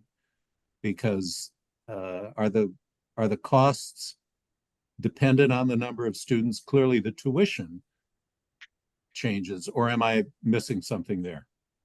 I mean, I know what you're asking, and effectively no, simply because I'm just taking, as Mariah said, what the total cost was and dividing it by the number of students. We could just stay high and be like, this is the total cost, and this was the total revenue, and go from there. What I had tried to do last time was to break, you know, there's a bunch of trying to take this data, which is super useful, but we only have it for the general fund. We didn't have it for the revolving fund piece, which covers the tuition side of the house.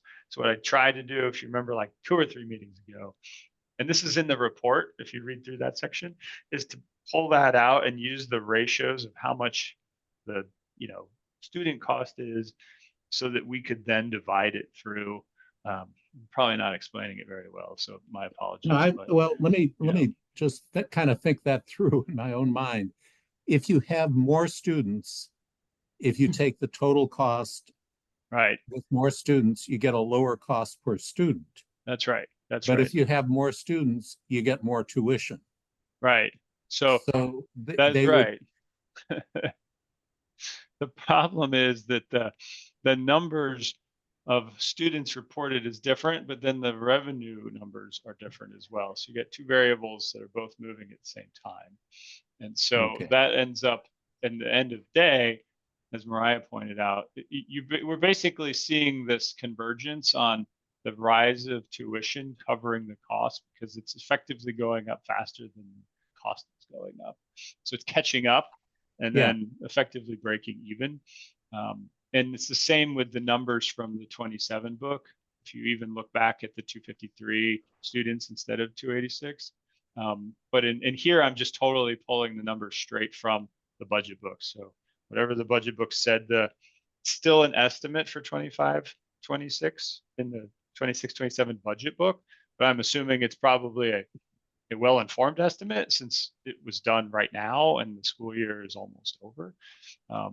So it's a lower total cost and it's a lower number of students. So both move down in the same way. So you end up getting the same kind of trajectory of the tuition going up, getting back to parity in 2 years.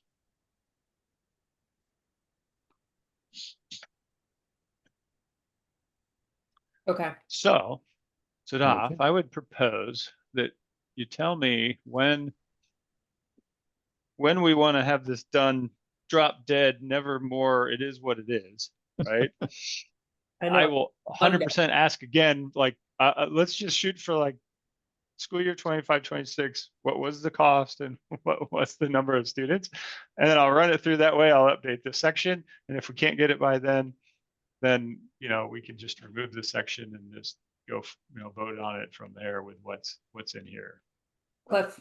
Yeah, so why don't we vote it as is and then when we bring it to the full committee, say that it may be, this is really the basic report, but the information may be updated based on whether or not Jeff can get additional. I mean, this is a fall, but let's get it in front of people and get them, to approve it. And then have flexibility, because I think we're at that point where that's what we really need to be doing. Right.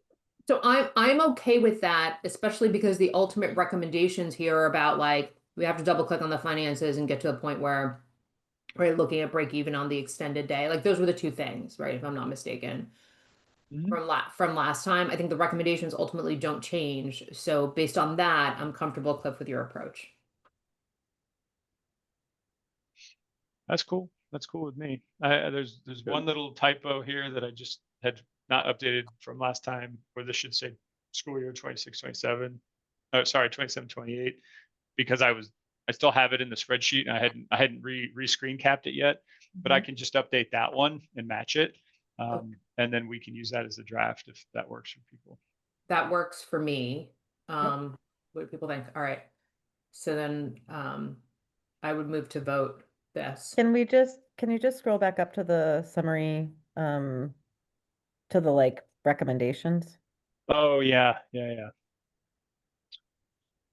This was my deeply That's review it. recommendation. Okay. Yeah. Yep. Right. And did you move But- the recommendation from the bottom up? Because there was a second recommendation. Oh yes, Dick did mention that. Let me check if I did. I think I updated it to be. Oh no, I didn't do this one. This was also to just raise the price of extended day. Hold on.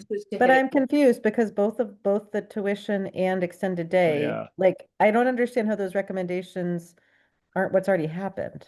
We've already put in a multi-year plan to you see them, they both go positive in year 3. So Yes, why is yes, this that's right. recommendation?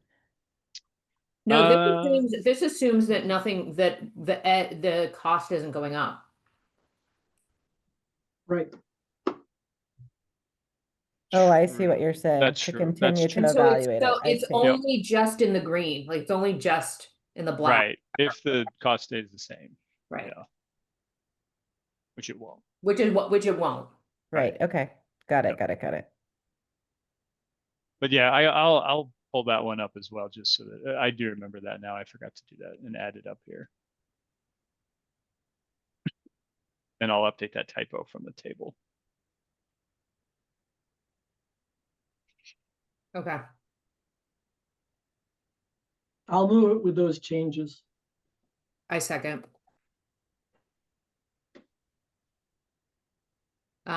All right, so we'll take a vote. Dick, Yes. Cliff, Yes.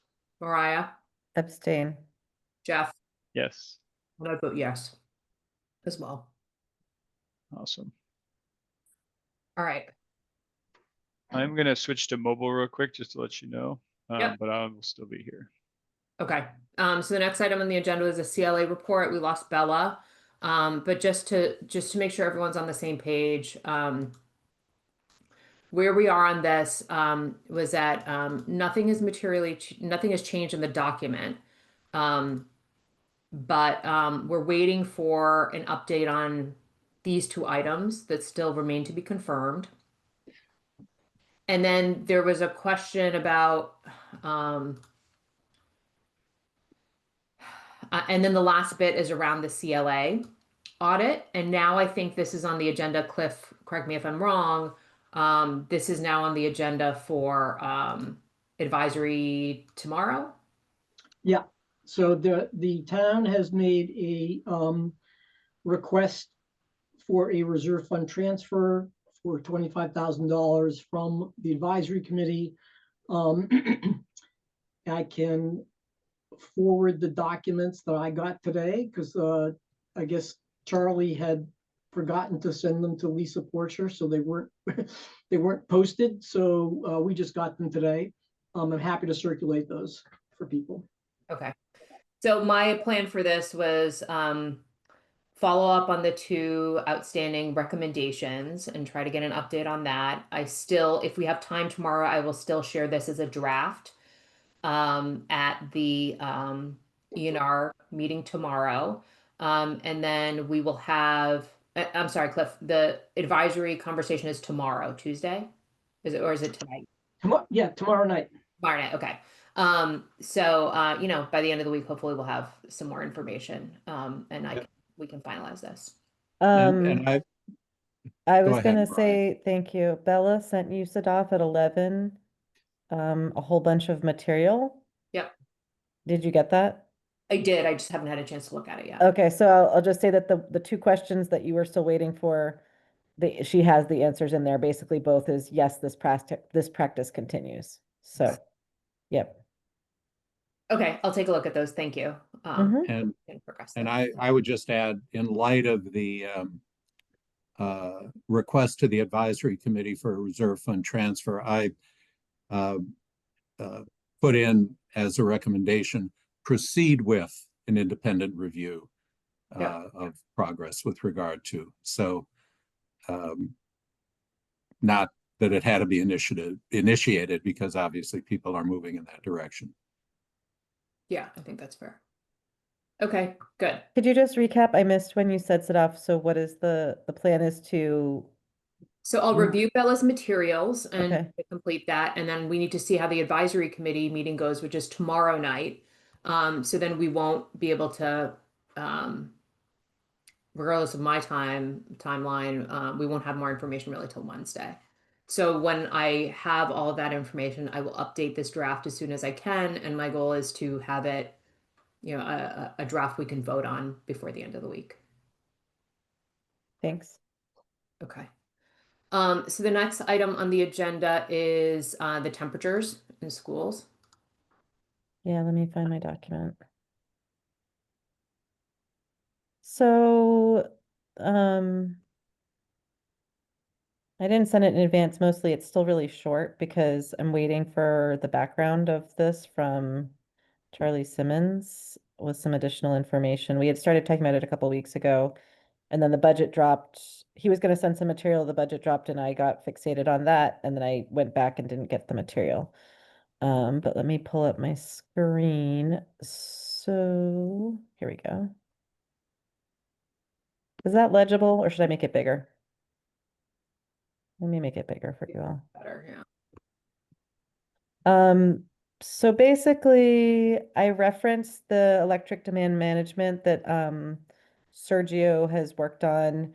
And that is potentially, I think, larger savings, but it's also more complex. It requires battery purchases and systems modifications and so forth. And so there's this idea that there can be energy efficiencies, both on the town and school side, about thinking about how to use the buildings differently, operational decisions. And where this started was building temperatures. So both town and school buildings run at 72 degrees. and I think we've talked about that a little bit here in this group about how we were all, heating our houses to 65 or 68 and putting on sweaters and so forth. So the building staff, there was some initial estimates that were savings. There's been, I'll put it this way, wildly varying estimates. And Charlie wrote yesterday and said the first data he got didn't make any sense, so he needs to go back to people. So we don't have very good estimates. Sergio had put in the estimate that would have approached hundreds of thousands of dollars of savings a year. Charlie's conservative estimates were $34,000 a year. So there's quite a big range here in terms of dollar savings from temperature. But again, Charlie, they're working on the data. He said today that he hopes to have numbers not only on the buildings, on the temperature savings, but on some other ideas that could have associated savings.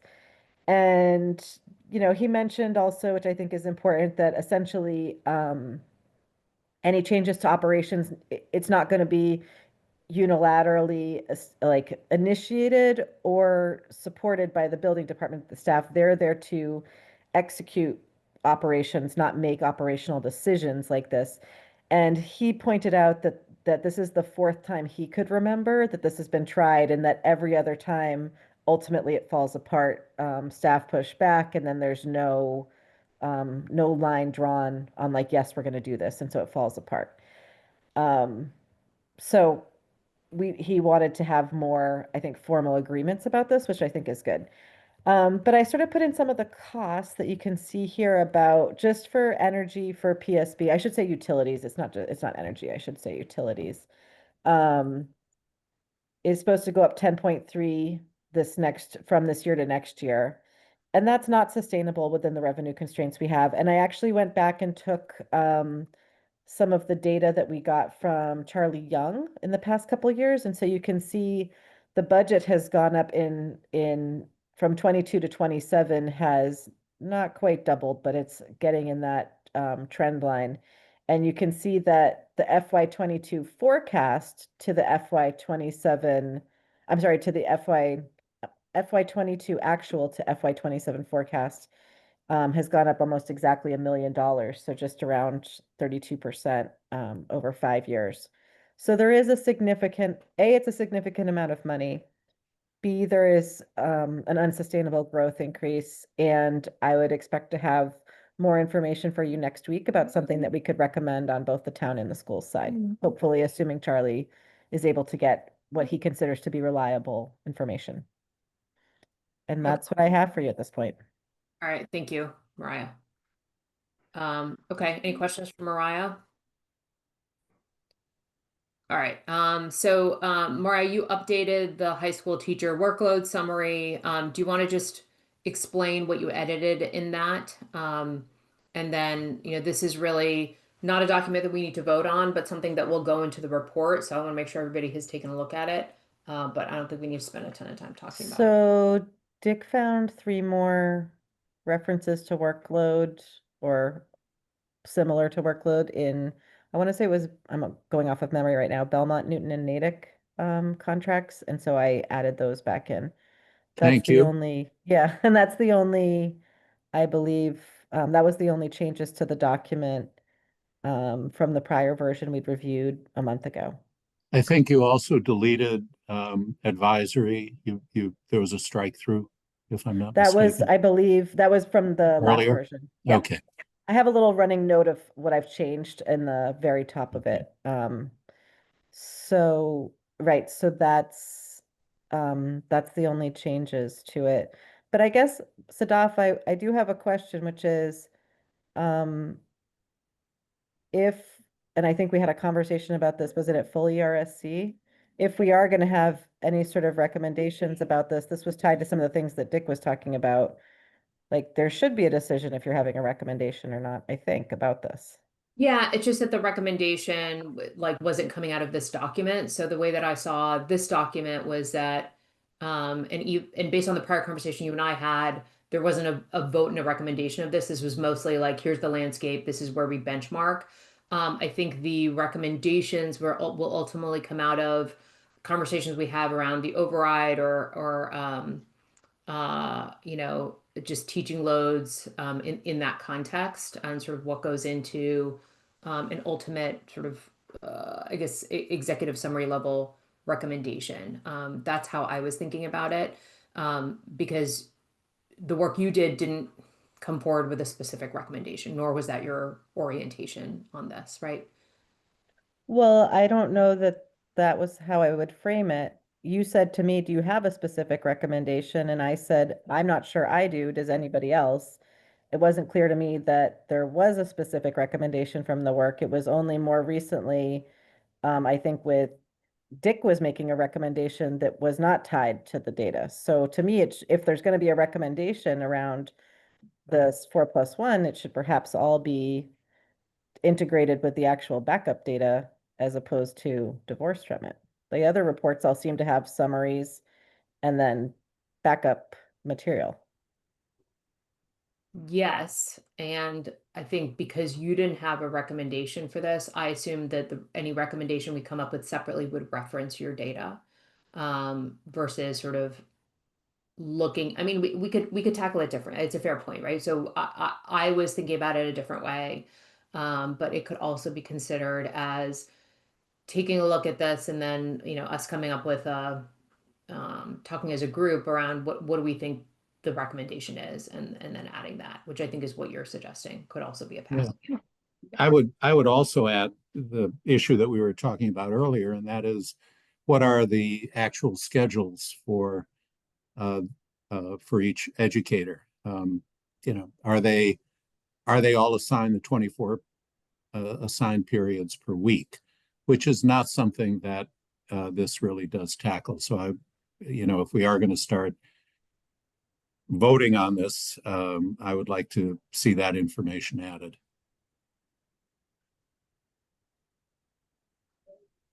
So I think in order for us to come up with a recommendation on this, at a minimum, we'd need a deeper discussion on what our recommendation is, which I think we're out of time to do that tonight. Or we have that conversation now, or we start that conversation now. Maybe go a little bit late and schedule a second meeting for this group this week, which with all the meetings, I don't think I did. Did I do that? I didn't do that on purpose. I think it's looking at my hands and it's just like reading that's annoying. Um, because I'm not enthusiastic about the other meeting, but we have to do what we have to do. So I think the question is, I think for us to progress this by the end of the week, to have a meaningful discussion on this topic as well as the executive summary, it's an option to have another meeting this week, to the extent that people are available. So I will open that up to the group. You got me now. I'm here all night. Second night, I'll try my best, but no promises. Yeah. I mean, we could I stick can around. stay if I cook dinner at the same time. I think that's fine. I'm already doing that, so I'm way ahead of you. But I can't do minutes and cook dinner and We have to record. I already ate my dinner when I was off camera, so that's done. Okay. So let's keep talking about it then. So Dick, you had said that what was it that you were suggesting that we add to this? Uh-oh.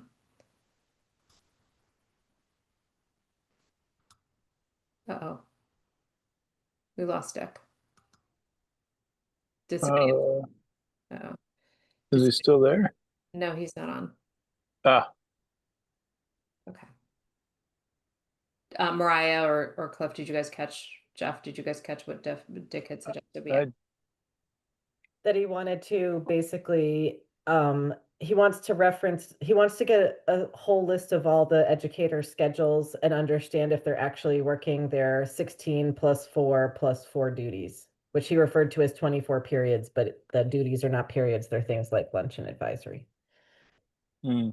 I Right. understood it, and I thought we had this conversation earlier, and I said, we're going, like, that is the kind of, I had thought we had discussed and discarded the idea of actually collecting data, and that was, and we had agreed upon the summary data, and that was the data I requested, which was the, you know, the number of students in their workload. So I think we need Dick to finish this conversation. Yeah, because we don't have that data, Discussed it right? at the idea of staying past 7 o'clock and decided not to. Yeah, he's back. He's back. Oh, okay. I thought the same thing. Hi, Dick. We thought you might be protesting by dropping off, but No, that was just us wanting to drop off. you guys are here. Hey, I suggested a different meeting if everybody wanted to stay. No, just keep going. I have an 8 o'clock meeting too, so I gotta pace myself here. Dick, are you on? Able to contribute?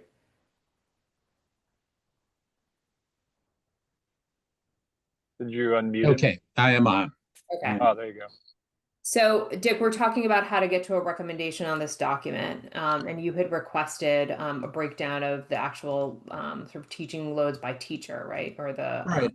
To the extent that we are, and this is an issue that you alluded to in the document that we'll get to, Sadaf, and that is the compliance with the contractual provisions.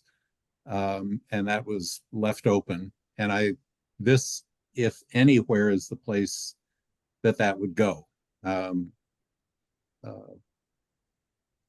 many assigned periods does each high school educator have per week relative to the 24 periods that are permitted by the contract? So in that sense, I think everything that is in this document, I believe is accurate. I have no reason to doubt that, but I think it's incomplete. But if we were to write an email to Hal and say, Hal, are all the full-time educators in this document doing their 4 plus their block? And he says, yes, that would essentially also, you don't need to review the schedules yourself. You don't need him to produce every document. I don't know. How do you get to the 24 for all of them? That's the question. When you say 24, you're talking about duties plus blocks?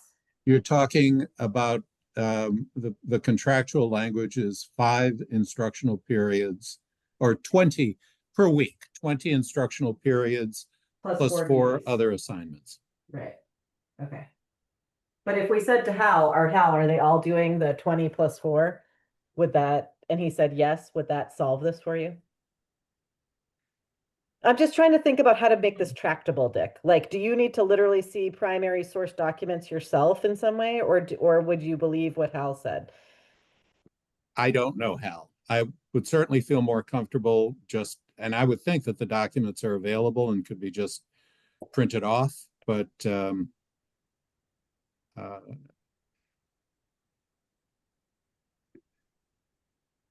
his saying everybody is doing 20, we don't know what they are, I guess. I guess I would like to see what they're doing. Yes. Okay. So then I think we need to probably pursue another approach because I don't know that Hal has time to produce the full-time, like all of the schedules for all of the staff in an anonymized way that gives you the information you're looking for. I don't think that's easy, unfortunately. Really? Anonymized? Probably not, because all of them are probably printed out with names and it's not printed out in some way that's like easily, it's probably in report format and they need to delete stuff out, etc.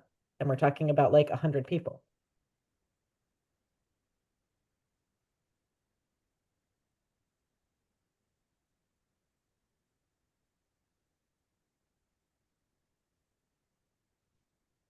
We could always ask and pursue an alternate path. And if he's got it, great. And if he doesn't, we'll do the alternate. Yeah. I mean, what is the recommendation that you want to make? This is the question around efficiency and whether there are potential efficiencies that have not been used at this point.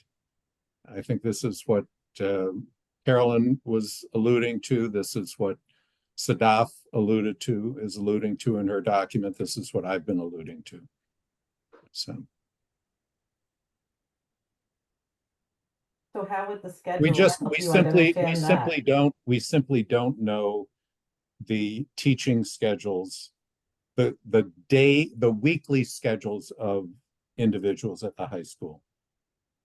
But to how the the extent time- that, for example, like, in tutorial, my recollection is that there are 2 teachers assigned. Carolyn and said, I don't know if it's true, that her son had 4, but only 2 came at a time. We don't know what the other ones were doing, if there was some sort of cycle or whatever. I don't know.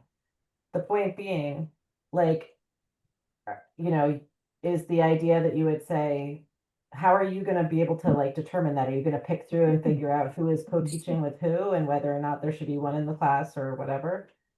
Like, what if some of the tutorial things are related to something else going on with those students? I guess like this is all presuming a level of expertise in school scheduling that frankly no one here has. If you want to think of ways to optimize, why not ask them if there's other optimized ways to optimize?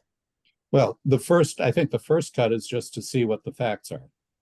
And that's all this is asking for. Mariah, is it possible to make the ask and see what Hal says? Always. I think we should do that as a first step. And if you And can, the ask is schedules by block for each educator at the high school. So like A block, they're doing X, B block, they're doing like A block, they're doing world history, B block, they're doing US history honors, etc. This teacher is assigned these periods per week. This many of this many of that, what are the assignments that each teacher has in terms of what are the courses, if you're looking at tutorial, what are the other assignments? That's all. But what I'm Yeah. saying is like for example, you want to know if it's a social studies history, you want to know the block and the topic, because you just said tutorial. So do you only want to No. know I'm trying to be really specific to make sure I understand exactly what you want and you get what you want. So you want to know what the 20 block, what they use what the 20 blocks are used for, the 20 periods. What the 24 periods are used for. Yes. It's not 24 periods because there's duties. Duties are not the same thing as periods. Well, Yeah. okay. 20, the 20 plus 4, what they are used for. Yes. What they are assigned to. What the 20 plus 4 are assigned to by educator. Yes. Okay. okay. All right. Thank you, Mariah. Thank you, Jack. Okay, so we will pick this up next week, which will be our final opportunity to talk about it. Let's talk about the enrollment forecast document. I know, Mariah, you provided a bunch of feedback. Well, Cliff, I'm going to hand it over to you. No, you can keep going. So Mariah provided some feedback, and I incorporated most of it, but not all of it. And Thank I you. don't think the guts of the document really changed that much. Mariah put in a table and toned down, I think, the language regarding backwards looking, I think was the term that I used. And I think she modified that to retrospective. But otherwise, I think it's basically the same. Yeah, so I read it. I am in favor of voting it. I agree. Okay, so I will formally make the motion. Second. Great. Cliff, Yes. Dick, Yes. Jeff, Yes. Mariah, Yes. and I vote yes. Right. All right, so executive summary.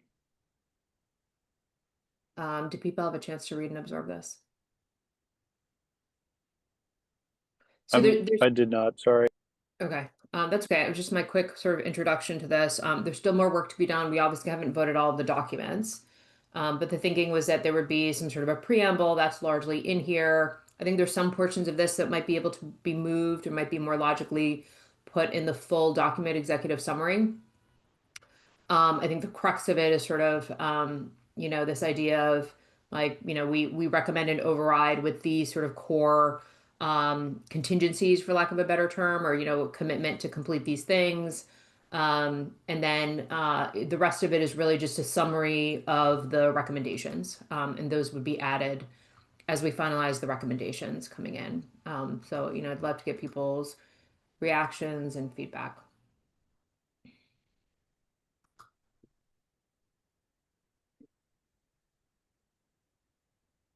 I want to commend you for pulling this together and making the effort to bring some structure to what we've been doing as we wander through the forest here. Wilderness, yeah.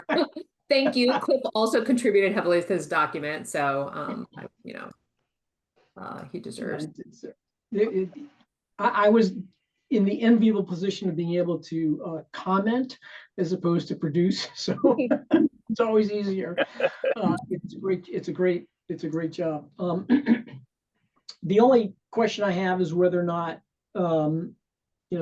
this subcommittee will vote something, and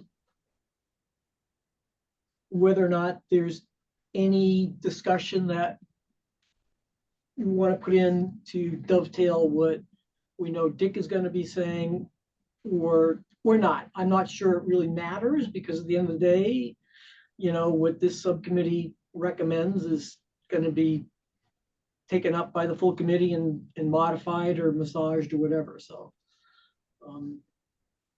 I think it's actually maybe difficult to change it very much.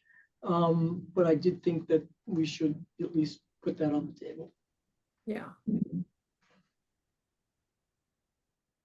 So I think it would be ideal if we had something to vote that then could go to the full committee. I think just from a timing perspective, we would need to vote it at the next meeting, and so we just have to make the timing work with the dependencies that we have. And I think what I really want to make sure people have feedback on or provide feedback on is this list of things that we think are important to do, where we would say, hey, we support an override, and these are the things that we are requesting get completed as part of that sort of recommendation and agreement. I think the healthcare one, feels, we've talked about it.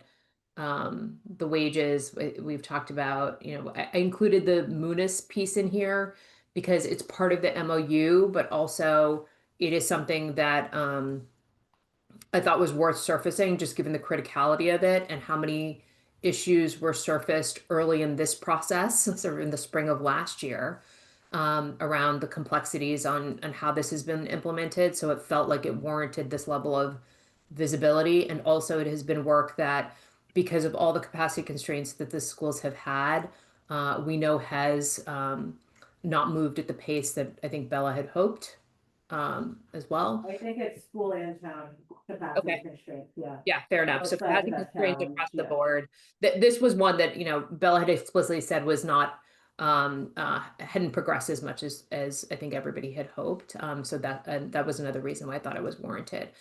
I think number 5, it might be worth talking about, just in terms of the timings here. I think, Mariah, you also might have had a question about this. Do you mind pulling it up on the screen? Because I'm cooking at the same time and I can't do it all. Sure. And I can look at you all and see it at the same time. Yeah, that's fine. Thank you. This was the one I know you had asked me a question about it. And Yeah, I don't, are we talking about extended days? What does this mean? And why are we talking about like, unless we're talking about the weekend, then we don't have people there in the morning.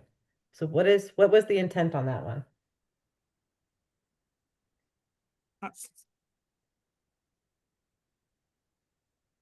So this one, so Cliff, this was so my understanding is that this is recreational rentals. And so agree to all third-party users in buildings between the hours of, whatever to 5 p.m. enter into fair Right. market agreements. But I think the question was, why is it 5 p.m.? Because a lot of those users will be off hours outside of school hours and outside of outside. believe it doesn't start until 6 or they have like it's like 6 or 6:30, I can't remember. All right, so this is a comment that's really it's separate from the after school building usage document. And I think this relates to, and there may be no one, but I think there may be some folks, right, that may be using space during what otherwise would be considered the school day.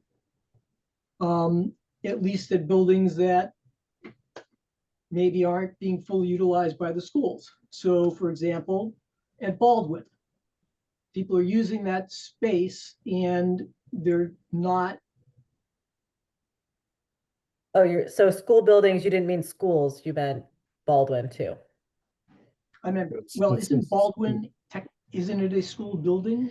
It is in my mind. I thought you were talking about like schools as opposed to PS. Like I was, I guess, being provincial in my or parochial in my thinking. I didn't know. That's why I was All right. asking. Yeah. So I'm happy to change the language, but yeah, it was broadly speaking. Gotcha. Yeah.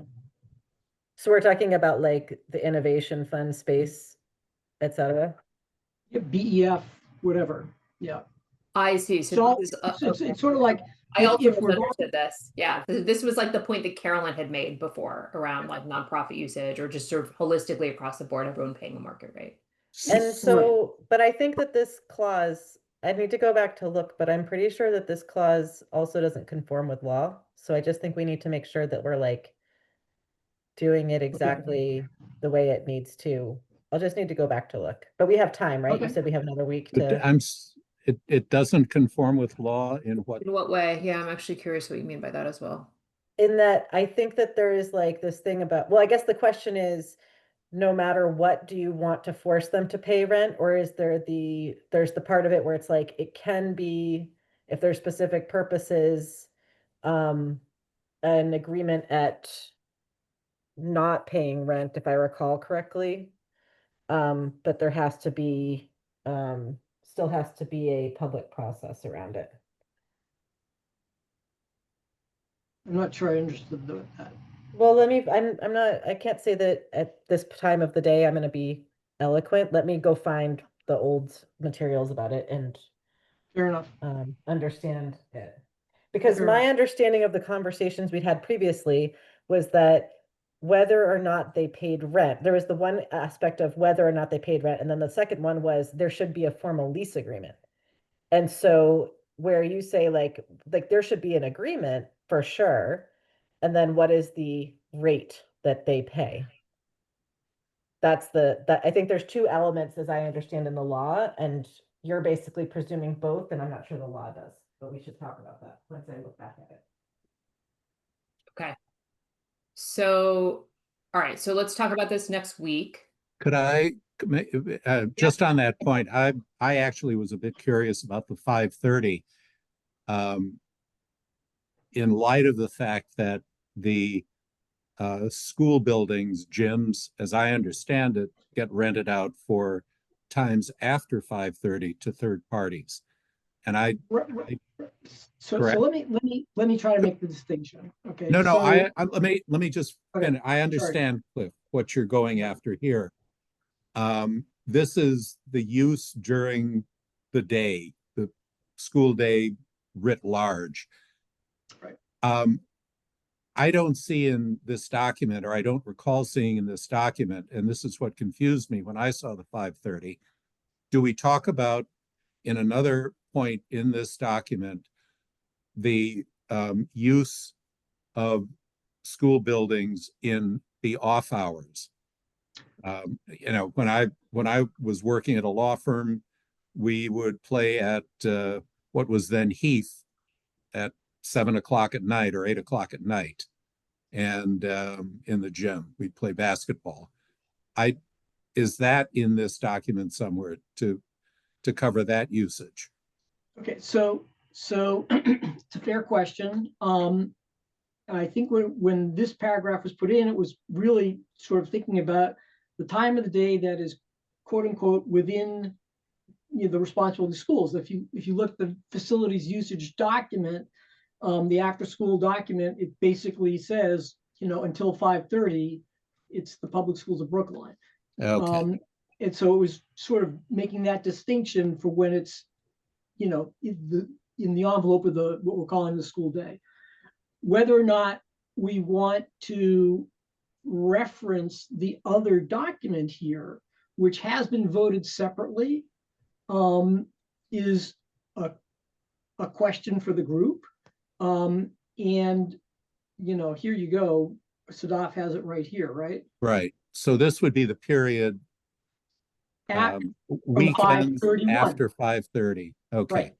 Yeah. Okay. I do think it would be helpful because I didn't understand it. I'm sure other people wouldn't too, but also just to help people follow all the different threads, kind of like the same way I referred to Sergio's document when I was talking about mine.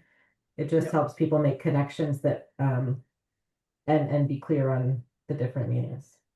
Yeah, that's great. I mean, whatever folks think is needed to clarify it, I certainly don't care.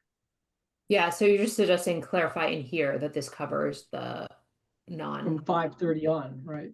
And So are you presumably not referring weekends. to extended days then? I'm sorry? Are you not referring to extended days? Well, but extended day goes up until 5:30, right? Right, but so does this line right here. It says until 5:30. And Yeah, there's that's within the time period that the schools have control of the buildings. They're managing what happens in those buildings. And the other times, past 5:30 on the weekends, that's what we're putting under the rec department, right? okay. That's Right, I the understand, recommendation. but It's here, the when you were recommendation talking for the about pilot Baldwin. program. Right, I'm but sorry? for when you were saying here, oh, you're really referring to BEF and Innovation Fund and whoever else is at Baldwin. But this also, in the way it's written, refers to extended days. So are It you does, asking, yeah, but are you saying we should have well, quote but- unquote fair market for extended days? Mariah, Mariah, if that's why I didn't list specifically Baldwin, okay? Because it refers to the school buildings and when the school has control of those buildings. But I'm asking what your intent was. Did you mean to say that we should be finding, we should be documenting quote unquote fair market rental agreements with, that reimburse for maintenance and utility costs for extended days? Well, I don't have a personal opinion on that. I understand that, but I do understand that the extended day programs historically have not been asked to enter into those market rate agreements. It certainly was something we raised back in 2014, and that was not something that was moved forward with. And I guess for market rate, I certainly was thinking more of independent organizations, not extended day. Extended days are standalone nonprofits though. Yeah, yes, they are. But Look, you know, but they're also doing it for free, right? Which is different. So I will say this: the extended days, we did look into this a little bit in futures and some, you know, some other places that raising the prices for those, I think would. They're not making money. They're nonprofits, right? They do pay some rent, and so they you know, they could theoretically pass that on to families. That's certainly an option. I don't know what market rate constitutes. I just know that, you know, at Ridley, the program that Lauren Bernard runs, for example, like that was going to be a deal breaker for that program. So I just want to be thoughtful about recommending a market rate for that, for those after school programs. Because, you know, they do pay, right? I think the Right. distinction So that if some you are not recall, paying at all. Right. if you recall, Sarah, when I forwarded this paragraph to you, I had a line in there that sort of looked at how do we exempt extended day, right? Or modify it for Okay, extended day. And if I so deleted that, then that was an accident. right, that's okay. So it's really a question of it's You've not that, cast your votes, Sadaf. yeah, it's not that it wasn't, it's not that it was not in the front of my mind, because I understand the situation. I just didn't have the ability to craft the language in a way that wouldn't necessarily specifically pull out individual organizations. You know, so as far as Well, I'm could concerned, we, that is language that is we can work on. So Yeah. what if we were to just remove the term market rate? Because we do have agreements with the extended days already. And this ties with what I was saying about the innovation fund, like that, what we should have leases with them. There should be agreements with them, absolutely. Whether or not they're quote unquote market rate, like, I'm not sure if that's the goal or whatever, but there absolutely should be some sort of agreement there. yeah, I guess I don't know the economics of any of the organizations. I do have some idea about the economics of the extended days, but you know, not for profit does not mean no profit. Okay, every not for profit that's a successful not for profit has revenues that exceed their expenses, and they have retained earnings. It's just a matter of how they are taxed or not taxed. So I certainly wouldn't want to have this some language in here that is soft enough that organizations that actually might be able to bear a market rate because they have substantial capital, even if they're not for profit, don't have to pay market rate. I think that that's something that the schools should be like the schools had to, you know, with when they rented space. I think that's something that you should try to do. Or maybe there's language for best efforts to do it. I don't know. I like Could that. you go, Could could you go back to the introductory, could you put that language up again, Sadaf, if you don't mind? And just go back to what the introductory paragraph is before the bullets, Yes, here we go. which may be somewhat Okay, relevant. this one. Yeah.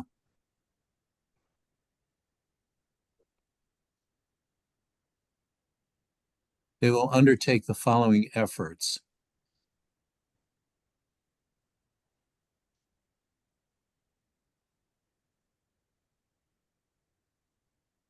Yeah, I don't want to put best efforts on this section. Yeah.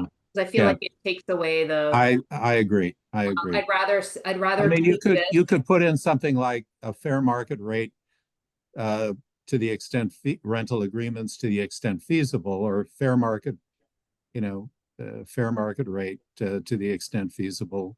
Yeah. Including enter into rental agreements, including a fair market rate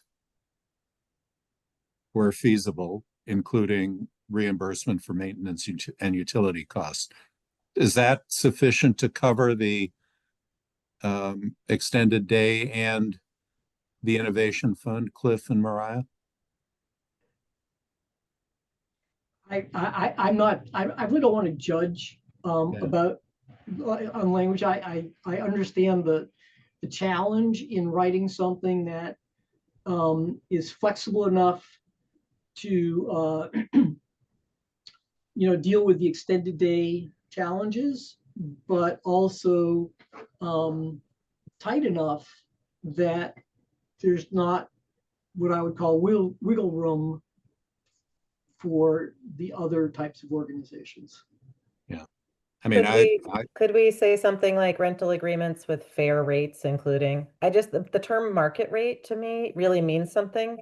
And, um, and I'm not sure that, again, something like rental agreements with fair rates or something like that. Okay, I have to go off Or this just rental agreements, I don't know. agreements. That's while Sadaf is typing, when does the school day begin? Should it be 7 a.m. to 5:30? I No, didn't know, yeah. But I mean, it's XX but AM. what I'm confused by is we're talking about what are essentially groups that they operate normal, I'll say standard business hours. So Right. like the school day has nothing to do with when education fund staff are in the building. That's like a quote, it's a quote unquote 9 to 5 job, so to speak. So I'm not sure why. I think you could just say before 5:30, weekdays before 5:30 or something, and that leaves it, right?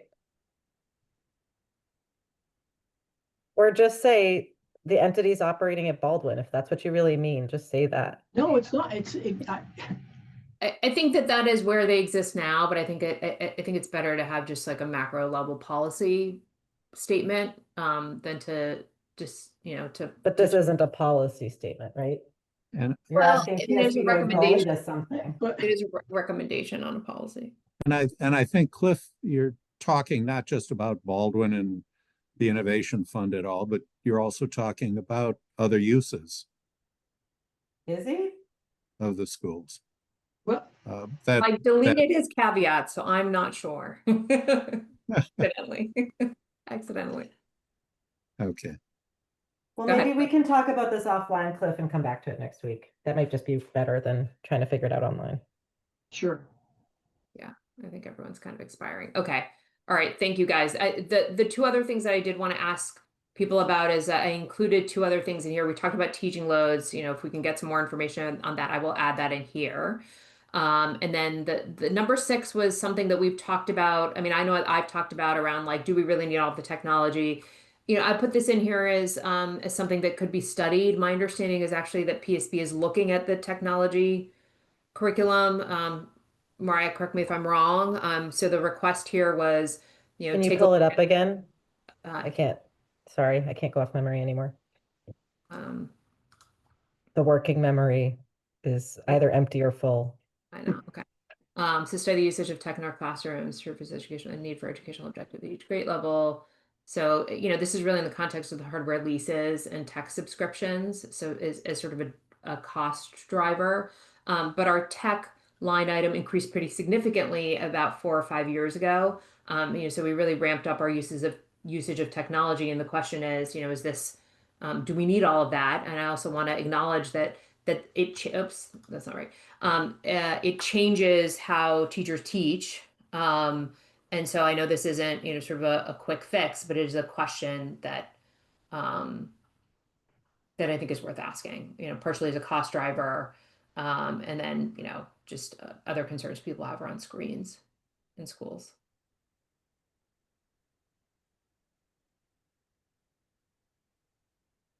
Can you see it, Mariah, or do you have a reaction based on this?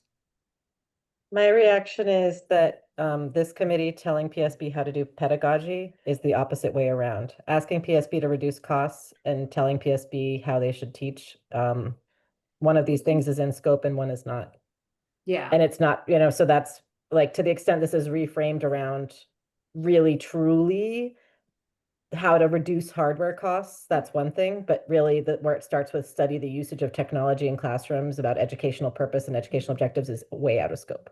Yeah, so I agree with you, and I don't think that is the purpose of this committee. My objective was around the hardware and technology line items, and what I was trying to do, and maybe I didn't stick the landing, so to speak, on this, was to say I understand that taking a look at this requires considering the implications of like educational objectives. So maybe I can reverse this and then tweak the language on it, um, uh, and maybe I'll refine this and send you something to get your feedback, Mariah. I mean, I agree. It's not the responsibility of this committee to think about the pedagogy around this. but I didn't want to discount the value that the technology brings. So that's what I was trying to, that was why I framed it this way, but. Does that sound okay to you? Can I send you a refined language? Yeah, I think we could bounce, yeah, we can bounce that one back Okay. and forth. And then we'll recirculate it. Okay. All right, it's 7:30. It's officially time to wrap this, I think. I have another meeting at 8 and I do need I need a break. Dick, we didn't get to your document. We talked about it a little bit. Is there anything that you wanted to this No, it's fine. It'll be discussed tomorrow. So it's on the agenda. All right. Thank you, everybody. I appreciate it. And there's a long meeting. I appreciate everyone being engaged. We'll see you again tomorrow. Thanks, bye. Yeah. Take care. Bye. Bye-bye. I